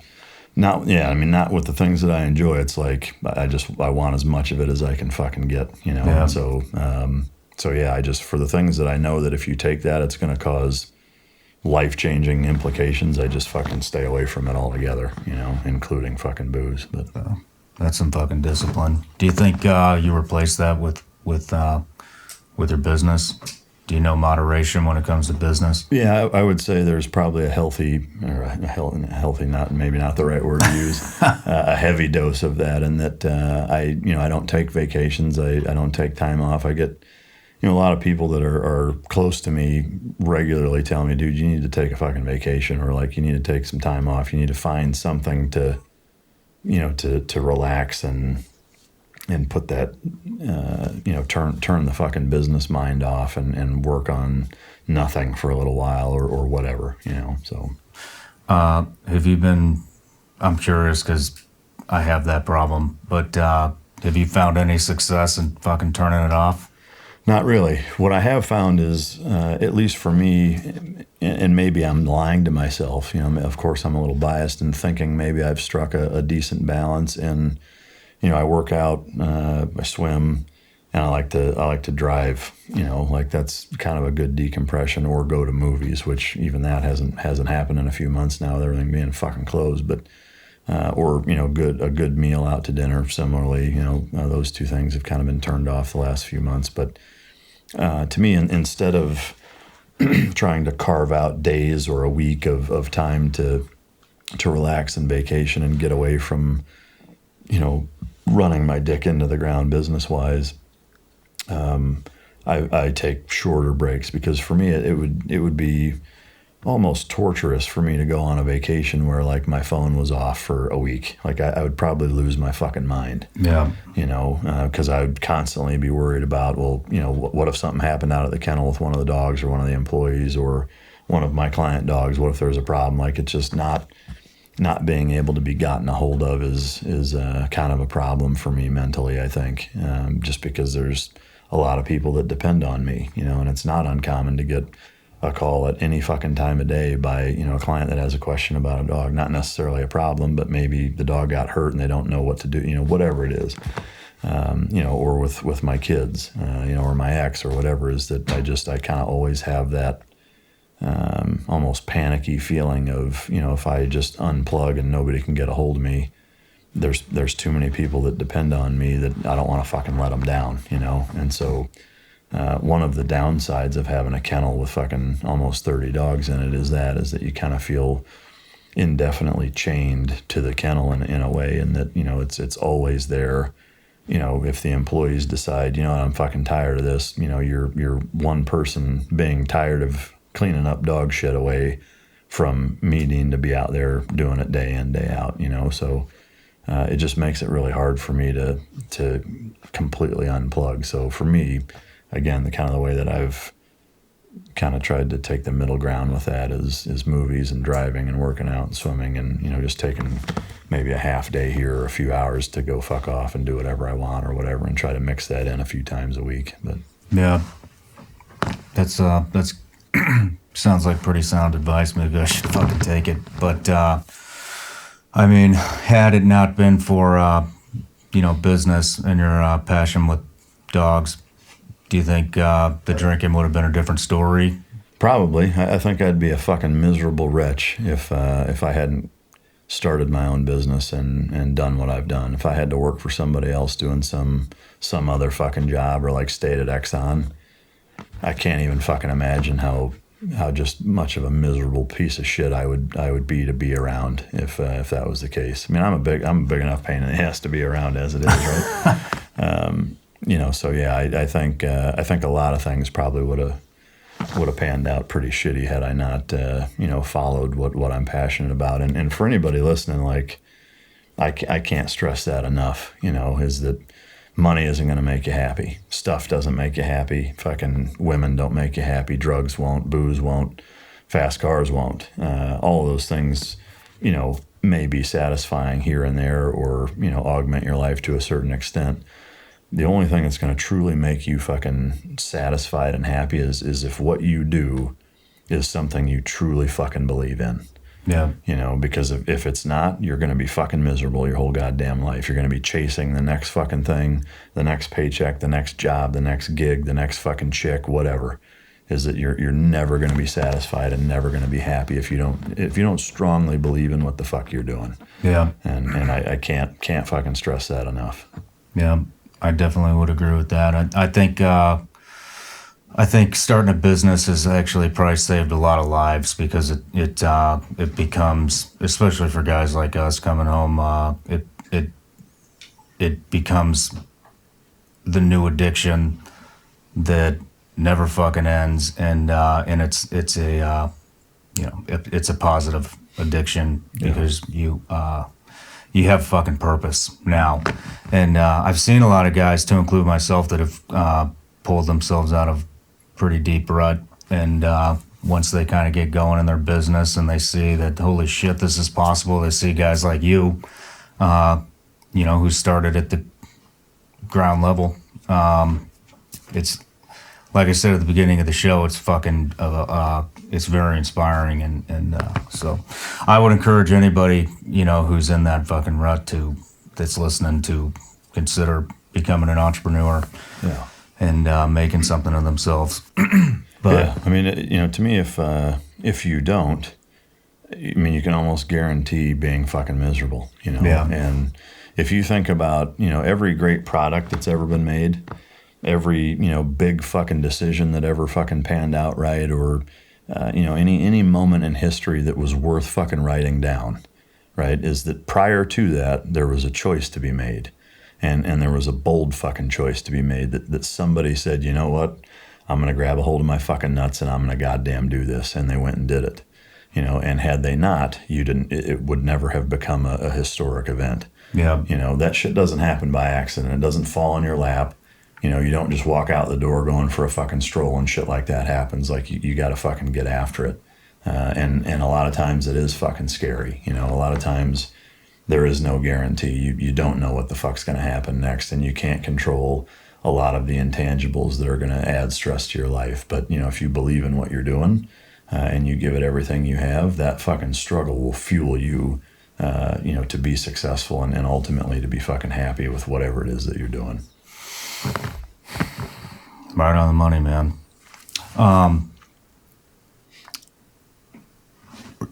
Were you always in Texas? Did you start your business in Texas? Or? I did, yeah.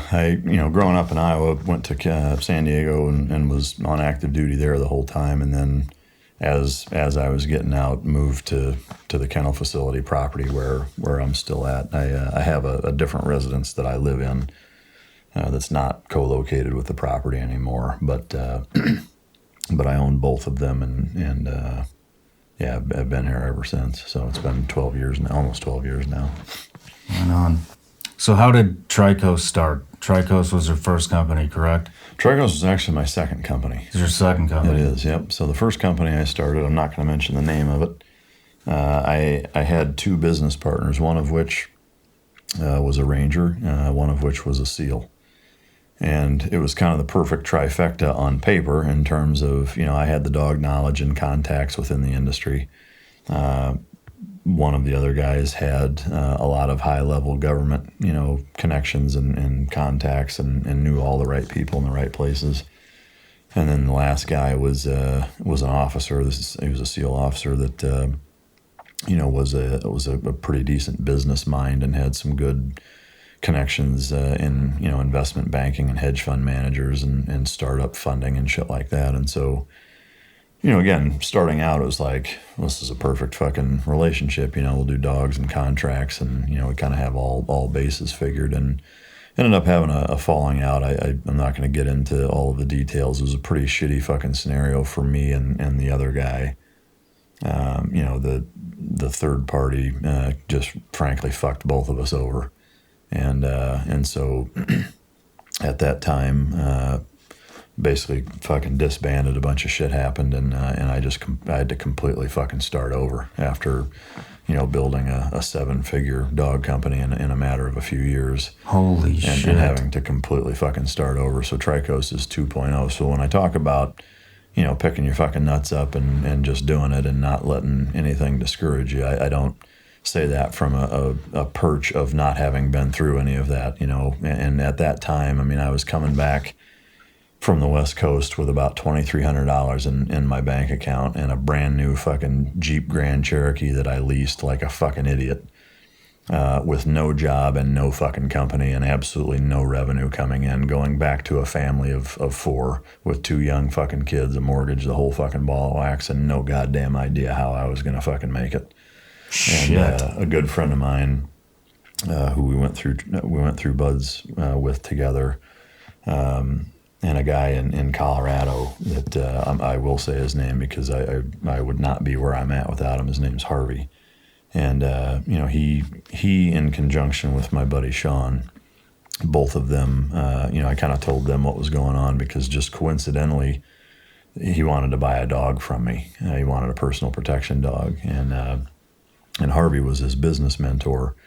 And so, just coincidentally at that same fucking time, he was just like, hey, I want to get a dog. How's things going? Whatever. And I was like, dude, fucking terrible.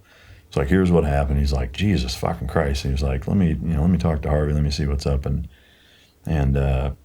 so they basically helped me get started, to at least get the business formed and help with some, startup funds and buy some dogs and start selling them. And just, at that point it was just me doing it. But, so the work had now tripled, but there was at least, some assistance. And, to this day, had it not been for his help, there's no way I would have made it. I don't think, Damn. So he helped me out to get back on my feet, get started. And then I just ran with it from there. And, here we are fucking 8 years later.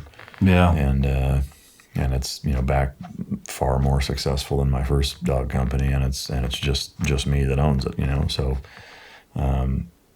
without a doubt, the trials and tribulations and difficulties that exist, are not unique to just you. I don't mean you, I mean anybody that's listening that thinks like, hey, I got fucked over or whatever. Like, there's always a fucking way you can figure out, a way around it. There's somebody that that can help you, or even if it's just having to rely on you and getting a second fucking job or doing something else, while you set that business up or whatever.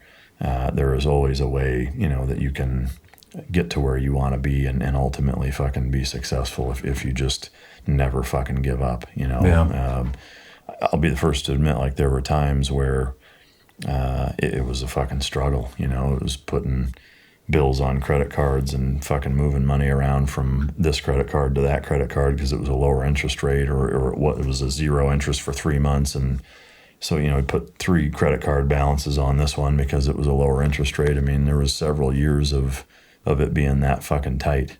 and not knowing, how I was going to make fucking shit happen this month and next month. And then that's the rub with owning a business. It's not a guaranteed paycheck. And not only is being an entrepreneur not for everybody, it's not for most people. Yeah. Because that stress of never really knowing, if you're going to fucking make it that month, that usually is present for a while before you get to a point where you're financially can kind of take a breath and say, even if I didn't have money coming in the rest of the year, we'd still be just fine. Like it takes a while to get to that fucking point, and so, to me, the lesson is just, no matter how bad it seems, just don't fucking stop. Just keep grinding it out. And that is the one thing that I've noticed in all the people I've met in the last, 12 years of owning my own business and networking and selling dogs to incredibly fucking successful people. And that's the one common denominator with all of them, is that, they've all been through bankruptcies and nasty divorces and getting fucked over by business partners and losing everything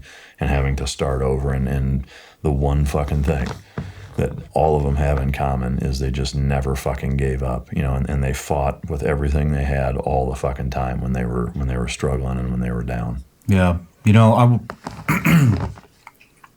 I wasn't expecting to go down this road at all, but I'm glad we did. And, you mentioned that nothing fucking falls in your lap. And, a lot of people, they see where you're at now, or, even me, they think they see where I'm at now, but shit's fucking hard, and, you get a lot of that must be fucking nice shit. I hate that shit. But, they didn't see the fucking sacrifices that you made to get there. They didn't see, everybody's getting fucking paid from your business except you.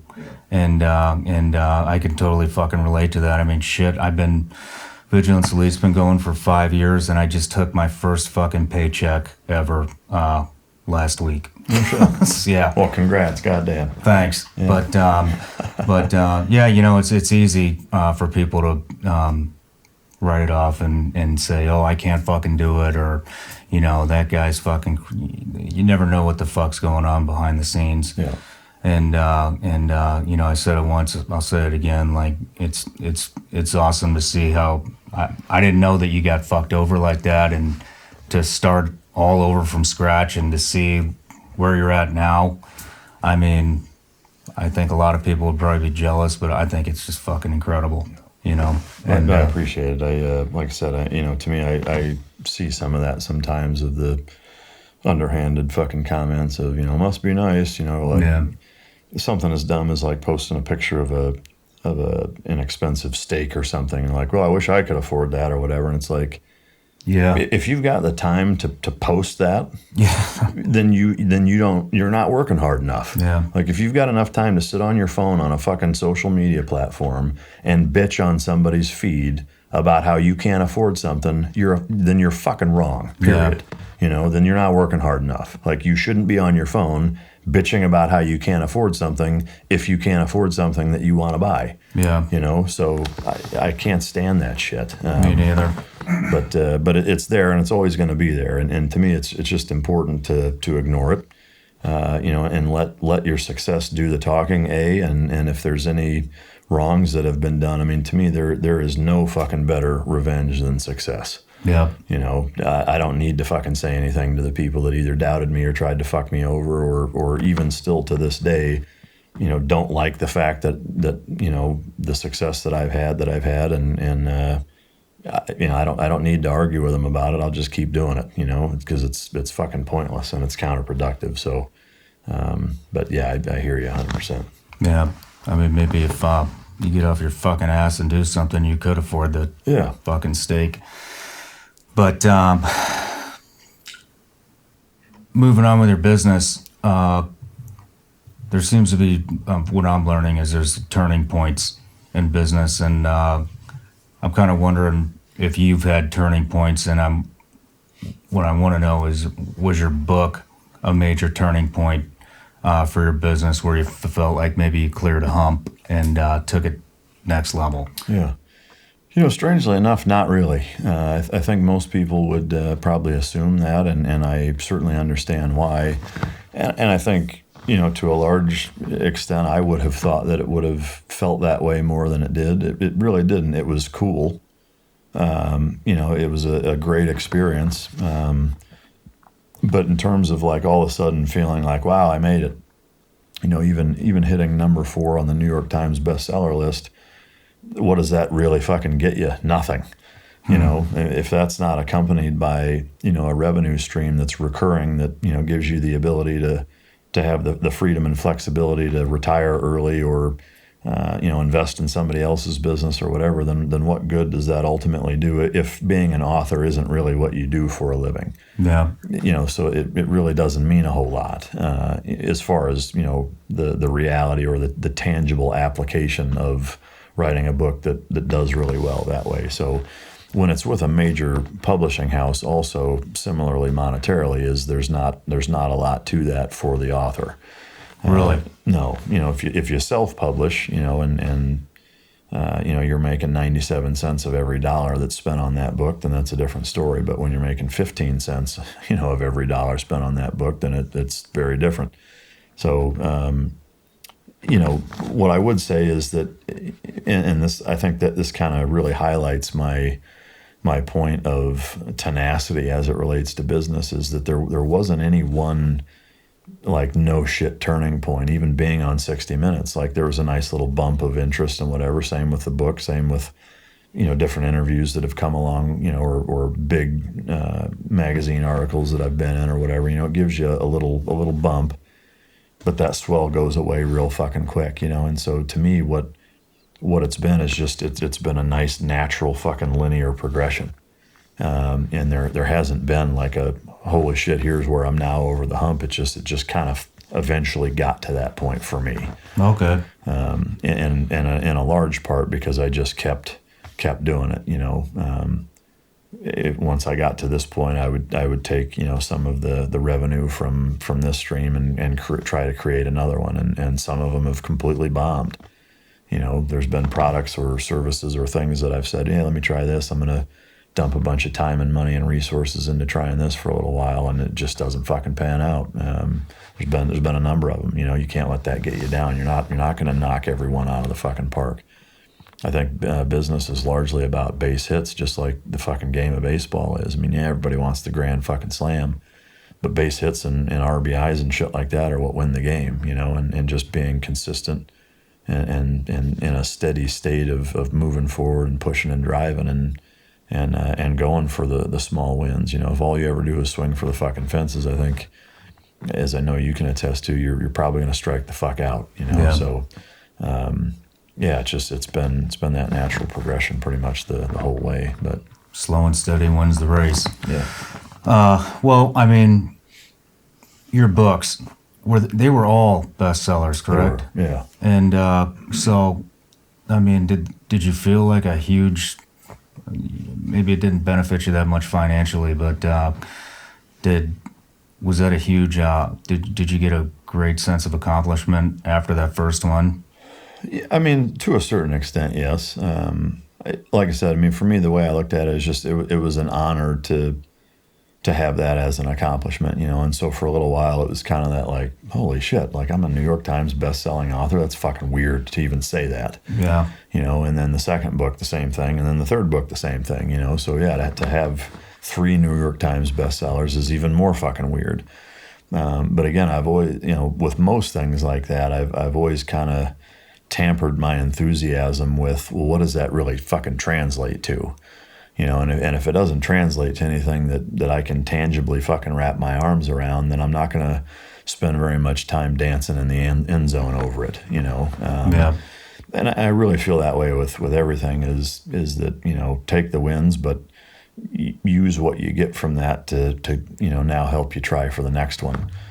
Within reason. I mean, to me, you get to a certain point and I'm certainly not, in a position where I've not, enjoyed things or treated myself in certain ways. I mean, you can't just put every fucking dime back into the business for the rest of your life. And I mean, to me, like, what's the fucking point? Yeah. But to me, you shouldn't start treating yourself until you're at a point where it really fucking makes sense to.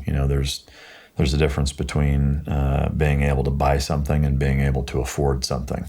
You know, and I think, you know, once you realize where that fucking contrast is and where that line goes from, yeah, I can actually afford this, that's when you start, you know, whether it's buying a watch or a car or a fucking new house or, you know, whatever it is, like, you know, enjoy the fruits of your labor and hard work. Just don't be a fucking idiot about it, you know? Yeah. Well, I mean, you know what's cool about the books and everything you've done is, I mean, this is important to me, and I'm sure it is to you too, but I mean, your name is fucking stapled. I mean, it will always be out there forever, you know, and there's not a whole hell of a lot of people that can fucking say that. So I think that, you know, is very self-gratifying to know that when you're gone, your fucking name is going People to are still going to be wiping their ass with the pages in my book. Yeah. But yeah, so I think that shit's fucking cool as fuck, man. But how did you kind of start with business? I mean, it seems like you have kind of I can't even count all the components of your business, but you've got teamdog.pet, which is a online training. You've got Troikos, which is the real training and products, correct? Yeah. Then you have the Mic Drop podcast, which is a fucking huge success and also a staple that will always be there. And you have the Warrior Dog Foundation. So, am I missing anything?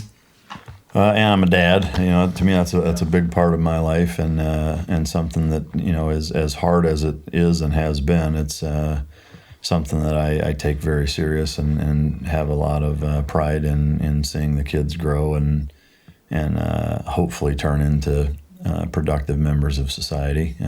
You know, so.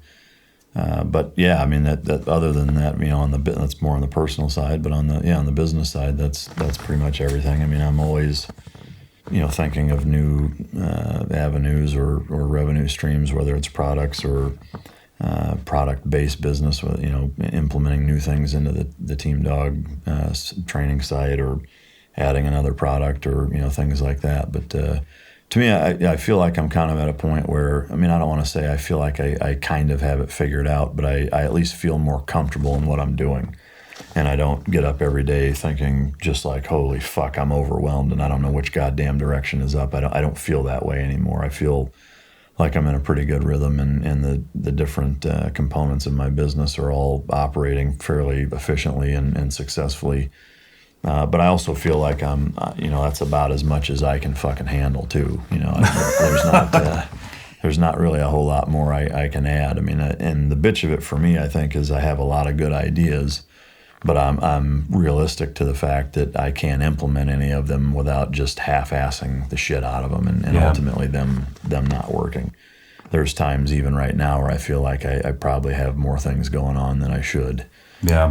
And feel a little behind the power curve scheduling wise on a pretty fucking regular basis. But yeah, I think, I don't know, maybe part of that might be, I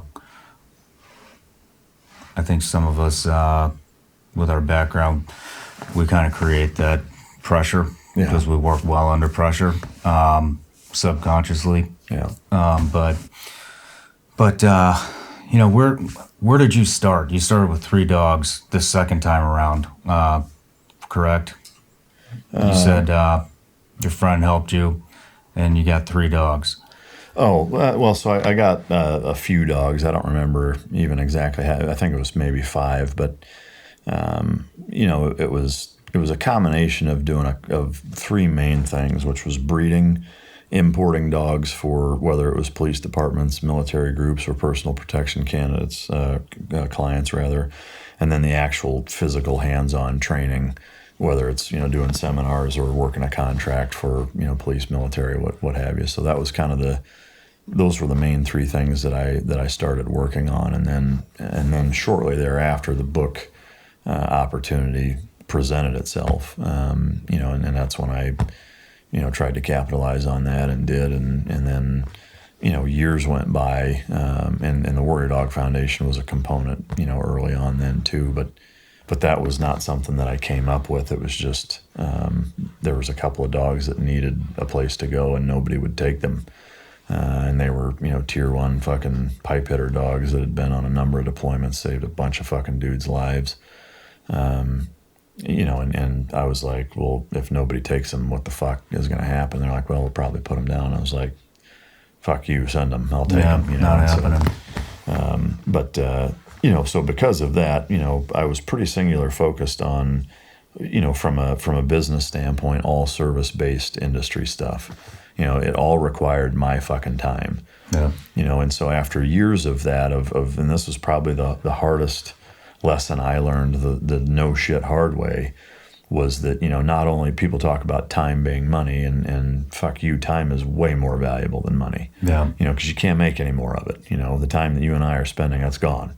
Yeah. Today is gone. Tomorrow when it's done, it's gone. You can't reinvest it. You can't make more of it. You can't give some to your kids.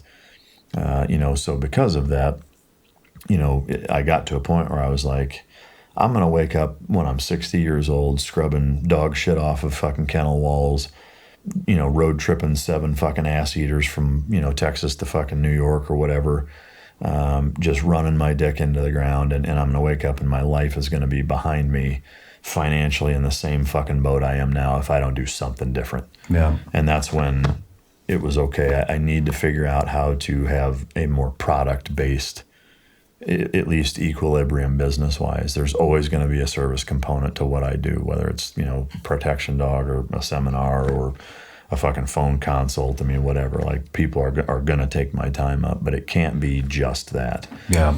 And so I've kind of crossed over into the more mainstream, and that's where teamdog.pet really comes into play, is that's for your average everyday dog owner, as well as, a lot of the products that I have, the dog crate, the collar and leash, the CBD oil, the food and treats. They're all, for your average everyday dog owner. And so it's kind of, heading into that realm of, where, it's a product, it's a tangible product that people can buy, and they don't need my fucking time to do it, and so I've kind of spent a fair bit of time bolstering that and trying to get that to where it's a much more relevant aspect of the business. Speaking of teamdog.pet, and I'm getting ready to dive into that as soon as you leave with Tony. Yeah. But how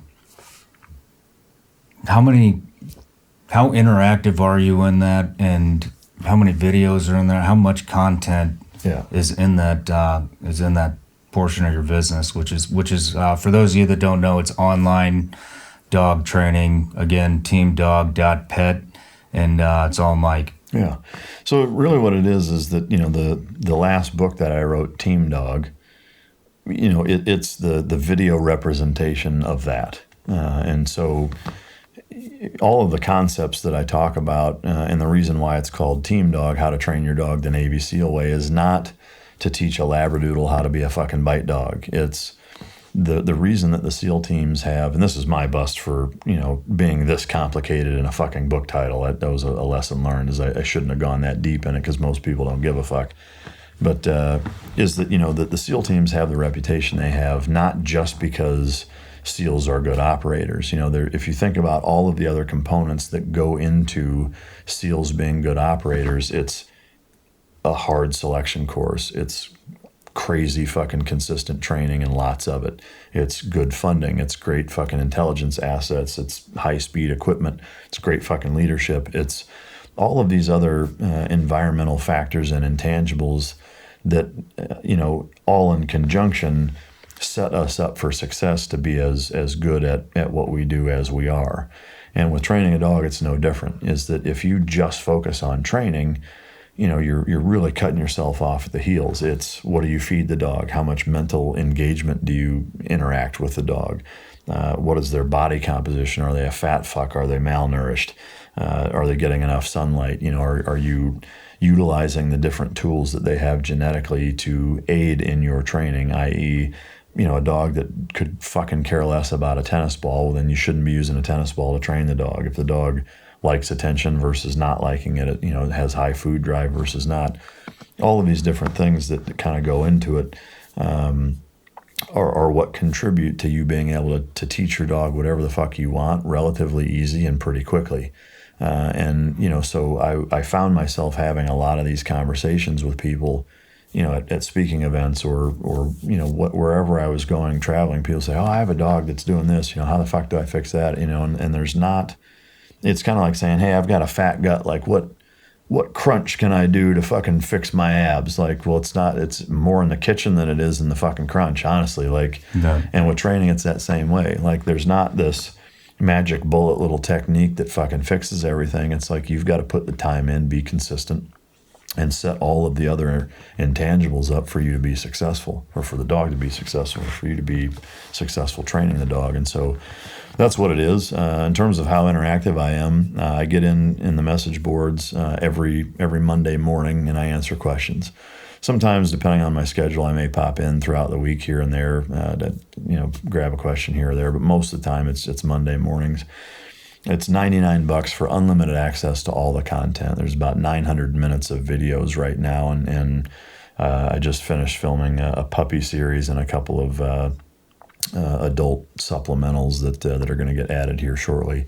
And my goal is to just, you know, drop in new content, you know, when it makes sense, when I need to regularly, so that there's kind of a fresh and steady stream of you know, of new things for people to watch. The goal with it, and it may sound like, you know, pie in the sky or you know, unreasonable, but is really to transform, you know, Western society in terms of how they communicate with their dogs. You know, is that there are so many dogs out there that are just poorly trained or completely fucking untrained, and where I take it personal is the shelter stats.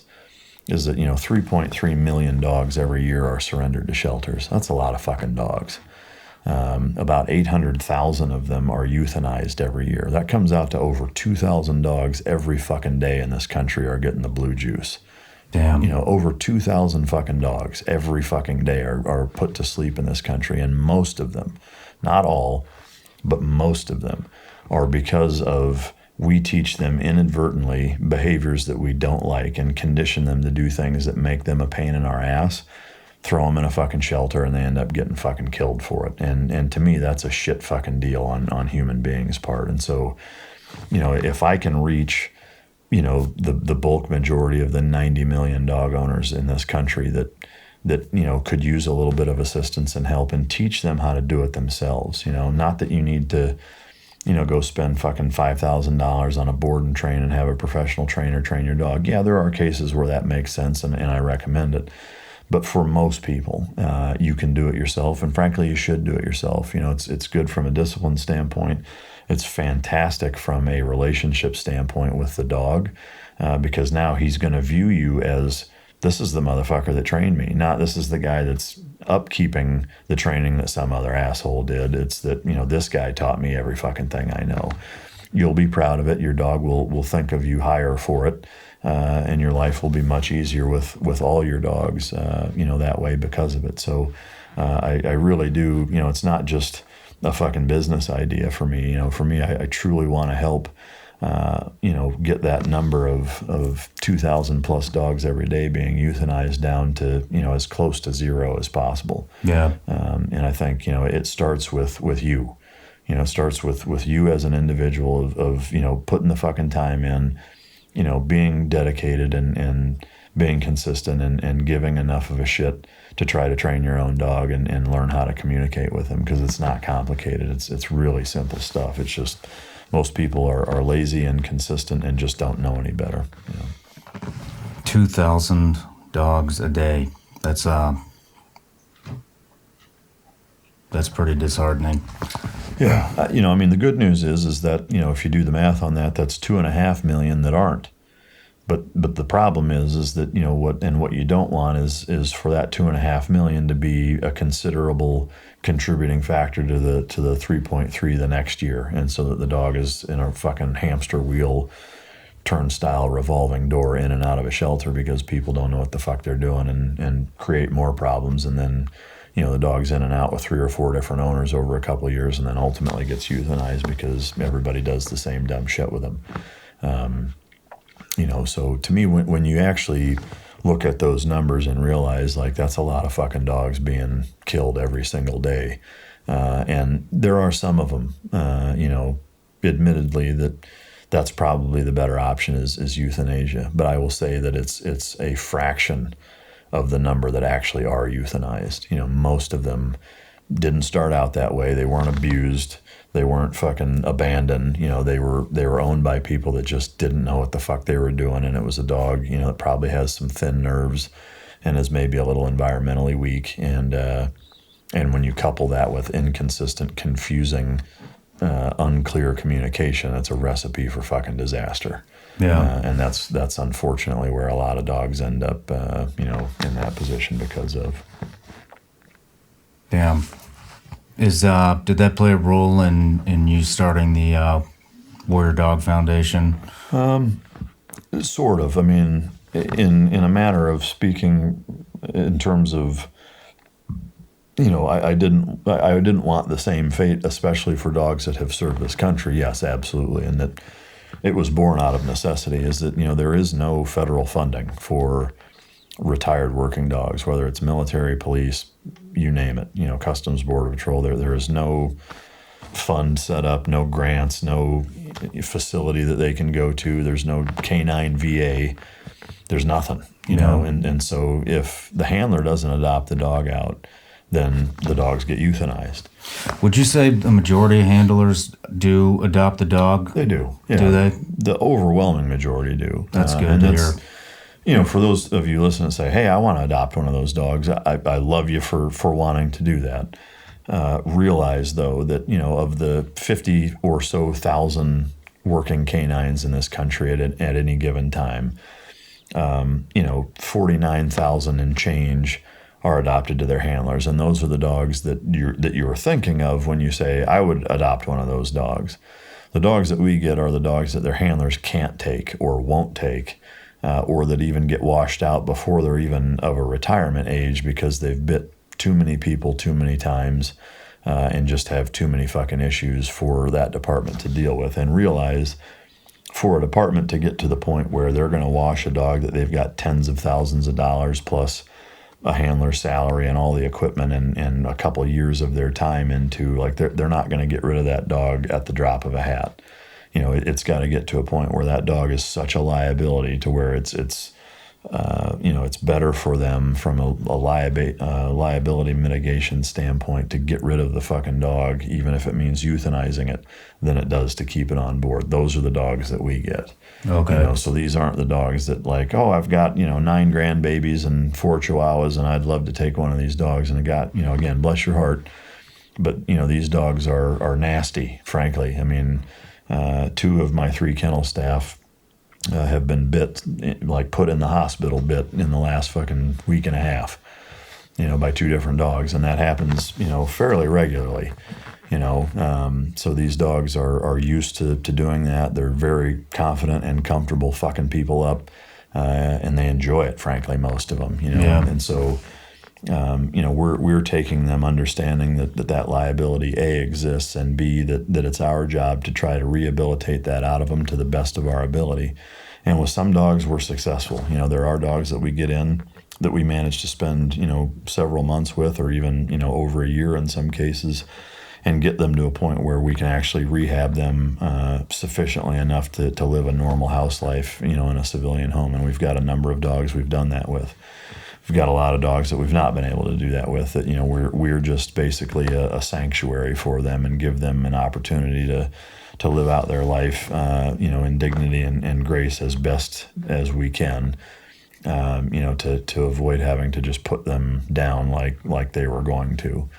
I remember being at your place, I think we're going on 2 years when I came down to do your podcast, and you showed me, the dogs there, and I never had the opportunity to work with a dog like that, but to see it's fucking eerie going in there. I'm not going to bullshit you. I'm not used to that, being around them, and we're going to get into a lot more of this dog psychology and kind of what they go through with their training and what their actually capable of tomorrow. But when we do part 2, but that was a real fucking eye-opener for me, because I was the asshole that you talk about that's like, oh yeah, if a dog's fucking bite me, I'm just gonna punch the shit out of it and get it off me. And the minute we walked in there and I saw those dogs, which have, probably seen more fucking combat than me and you both. I came to the realization that, that's not going to happen. So, Yeah. What's fucking crazy is to know, those dogs have done more than 99.9% of the people in this fucking country. Yeah. That sit at home and enjoy their pretty little fucking lives, and then for you to say that they're getting euthanized after services. Yeah, it's criminal. Yeah, so I mean that's again, that's fucking amazing that you started that, and I can't fucking wait to breach into that subject tomorrow with the Warrior Dog Foundation and everything that those dogs do, because it's remarkable for sure. Yeah. But well, Mike, I kind of want to wrap this up for now, and then we will pick back up tomorrow, and it's going to be all dogs. But if you don't mind giving us your handle on the IG and YouTube and your websites. Sure. So on Instagram, it's just at @mritland. The biggest thing is go to mikeritland.com or teamdog.pet. That's the online training that I encourage everybody to sign up for if you have a dog. Twitter, it's same @mritland, Mike Ritland on Facebook. The two websites are, again, mikeritland.com and tricos.com. Both of those websites, you can get all of the things that I have going on, including stuff on Mic Drop Podcast, all the products that I have, dog sales, speaking engagements, you name it. Warrior Dog Foundation is warriordogfoundation.org. And again, we've got 26 dogs right now. I've got another one coming tomorrow, and 1 or 2 more coming in the next probably month. So no federal funding. I can't thank those who have already supported enough for your support, but also realize that there are no days off in taking care of them. It's a 24/7 gig, and we constantly have dogs coming in. So any support from folks out there is greatly appreciated. And that's the gist. Well, I think you're going to be getting a lot of support after this podcast. And for those of you that do have pets that are dogs, go to teamdog.pet. And by the time this episode airs, I'll already be deep in the middle of it. And probably talking all kinds of shit to Mike on on how much my pets have improved. So, and donate to the Warrior Dog Foundation. If what he just said isn't enough, then I guarantee you part 2 of this podcast will strum your fucking heartstrings and force you to open those wallets and fucking make a donation like you should. So, with that being said, Mike, you've got a hell of a fucking story, man. And I really wanted to cover your story and not the dog story yet, because I haven't heard it, and I don't think anybody's heard it. And you're a fucking warrior, and your story is fucking incredible. And everybody that comes here, just like we were talking downstairs, a lot of people don't think that, their story measures up to some of the other guys, but I'm here to tell you that your fucking story definitely measures up. So I appreciate it very much, and I can't thank you enough for having me. And the show that you've created in such a short time is nothing short of fucking mind-boggling. So I couldn't be prouder of you, and happy to see you. Not just the success you've had, but continue to just blow it out of the fucking water. I can't wait to see where it goes. So I appreciate it very much. Yeah. Thank you, man. Amen. Pick it up tomorrow. All right.